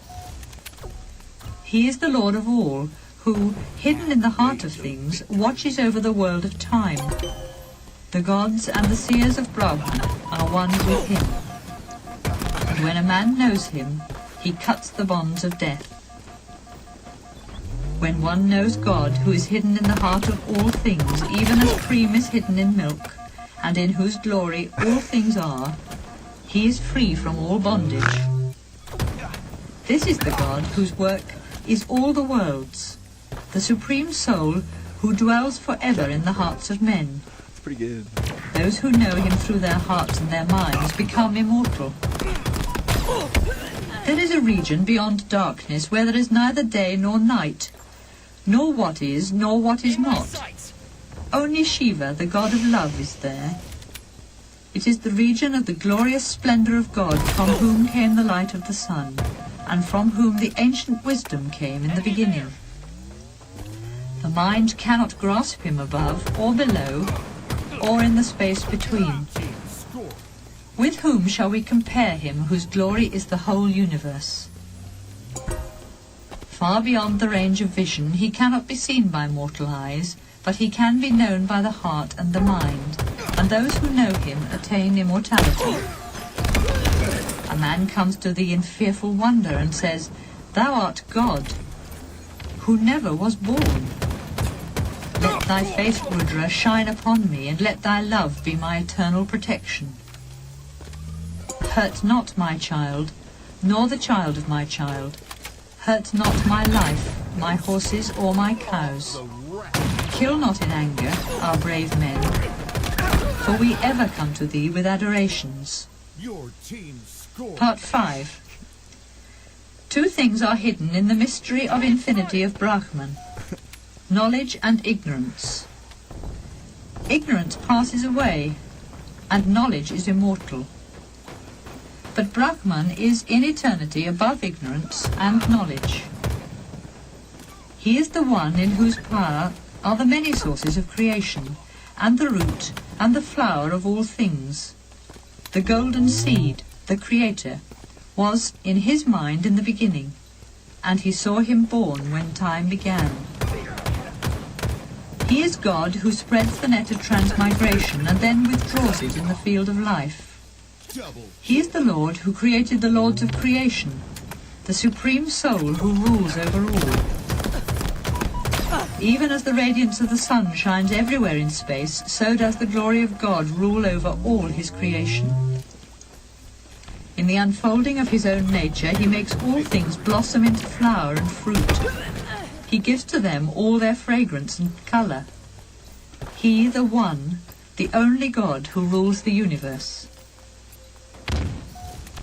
There is a spirit hidden in the mystery of the Upanishads and the Vedas, and Brahma, the god of creation, owns him as his own creator. It is the spirit of God, seen by gods and seers of olden times, who, when one with him, became immortal. When a man is bound by the three powers of nature, he works for a selfish reward, and in time he has his reward. His soul then becomes the many forms of the three powers, strays along the three paths, and wanders on through life and death. The soul is like the sun in splendour. When it becomes one with the self-conscious I am and its desires, it is a flame the size of a thumb. But when one with pure reason and the inner spirit, it becomes in concentration as the point of a needle. The soul can be thought as the part of a point of a hair, which divided by 100 were divided by 100 again.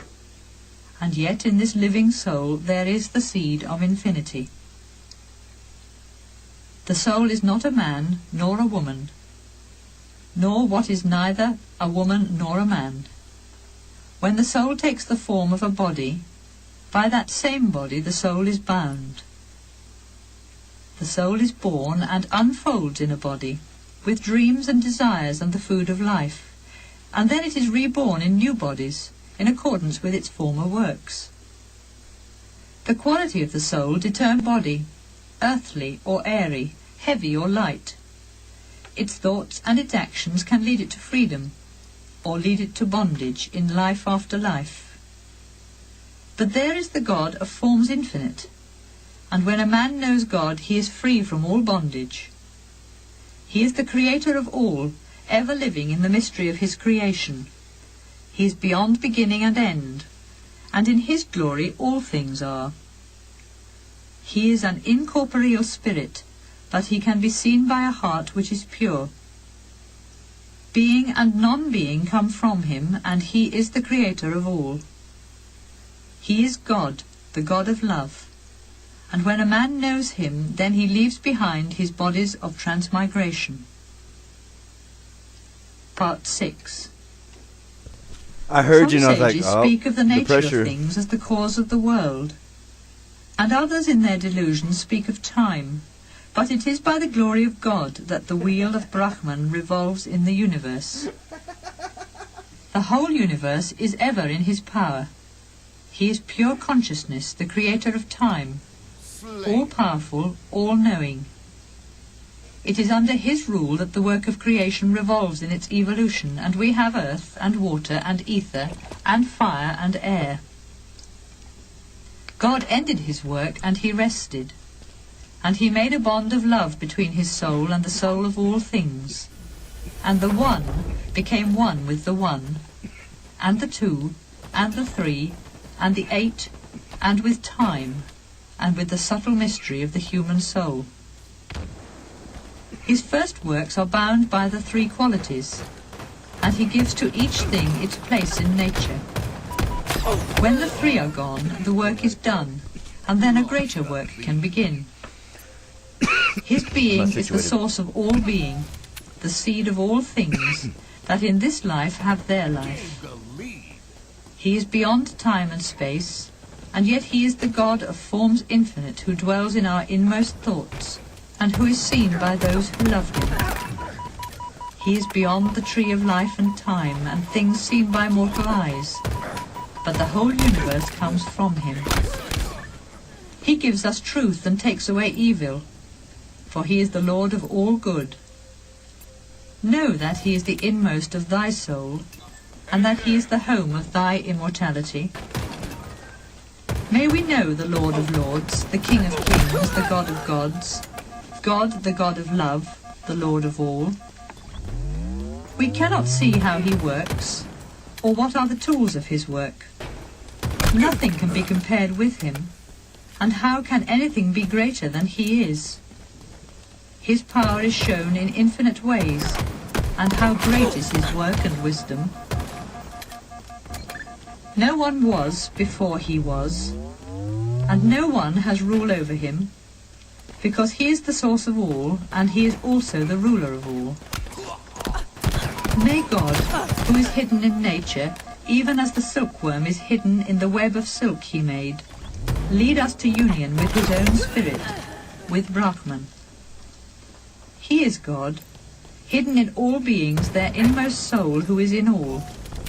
He watches the works of creation, lives in all things, watches all things. He is pure consciousness, beyond the three conditions of nature, the one who rules the work of the silence of many, the one who transforms one seed into many. Only those who see God in their soul attain the joy eternal. Are my X? Two of my He X? is the Camo? eternal among things that pass away, Utility? pure Yellow? consciousness of conscious beings, the one who fulfills the prayers of many. By the vision of Sankhya and the harmony of yoga, a man knows God, and when a man knows God, he is free from all fetters. There the sun shines not, nor the moon, nor the stars. Lightnings shine not there, and much less earthly fire. From his light all these give light, and his radiance illumines all creation. He is the wandering swan everlasting, the soul of all in the universe, the spirit of fire in the ocean of life. To know him is to overcome death, and he is the only path to life eternal. In my sights. The creator of all, he knows all.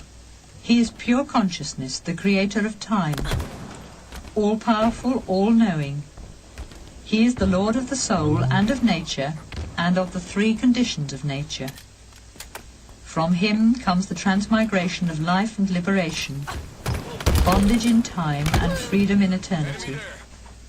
He is the God of light, immortal in his glory, pure consciousness, omnipresent, the loving protector of all. He is the everlasting ruler of the world. Could there be any ruler but he? Longing, therefore, for liberation, I go for refuge to God, who by his grace reveals his own light, and who in the beginning created the God of creation and gave to him the sacred Vedas. I go for refuge to God, who is one in the silence of eternity, pure radiance of beauty and perfection, in whom we find our peace.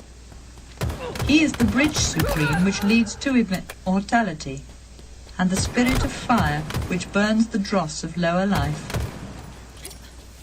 If ever for man it were possible to fold the tent of the sky, in that day he might be able to end his sorrow without the help of God.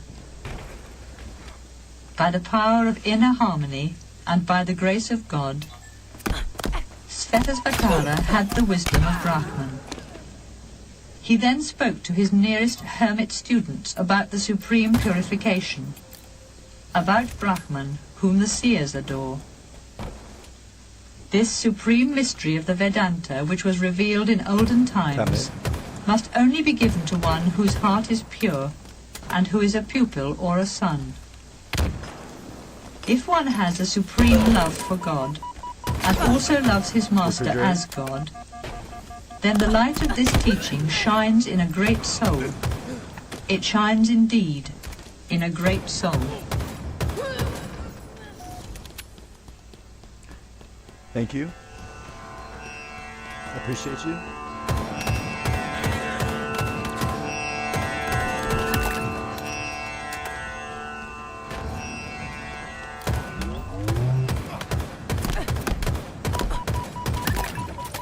From the Maitri Upanishad. This is the knowledge of Brahman, as found in all the Upanishads, and as revealed by the sage Maitri. The glorious Valakahilyas were pure and good. And once they asked Kratu Prajapati, "Since this body is like a chariot without consciousness, who is the spirit who has the power to make it conscious? Who is the driver of the chariot?" Prajapati answered, "There is a spirit who is amongst the things of this world, Ooh, and there's another and one. yet he is above the things of this world. He is clear and pure, Thank you. in the peace of a void of vastness. He is beyond the life of the body and the I mind, heard him. never born, never dying, everlasting, ever one in his own greatness. He is the spirit whose power gives consciousness to the body. He is the driver of the chariot." Then the Valakahilyas said, "Master, how does this pure being give consciousness to the unconscious body? How is he the driver of the chariot?" Kratu Prajapati answered, "Even as a man who is asleep awakes, but when he is asleep does not know that he is going to awake, so a part of the subtle invisible spirit comes as a messenger to the body, without the body being conscious of his arrival. A part of infinite consciousness becomes our own finite consciousness, with powers of discrimination and definition, and with false conceptions. He is in truth Prajapati and Visva, the source of creation, and the universal in us all. This spirit is consciousness and gives consciousness to the body. He is the driver of the chariot." The poets say that this is the spirit who wanders on this earth from body to body, free from the light and darkness which follow our works.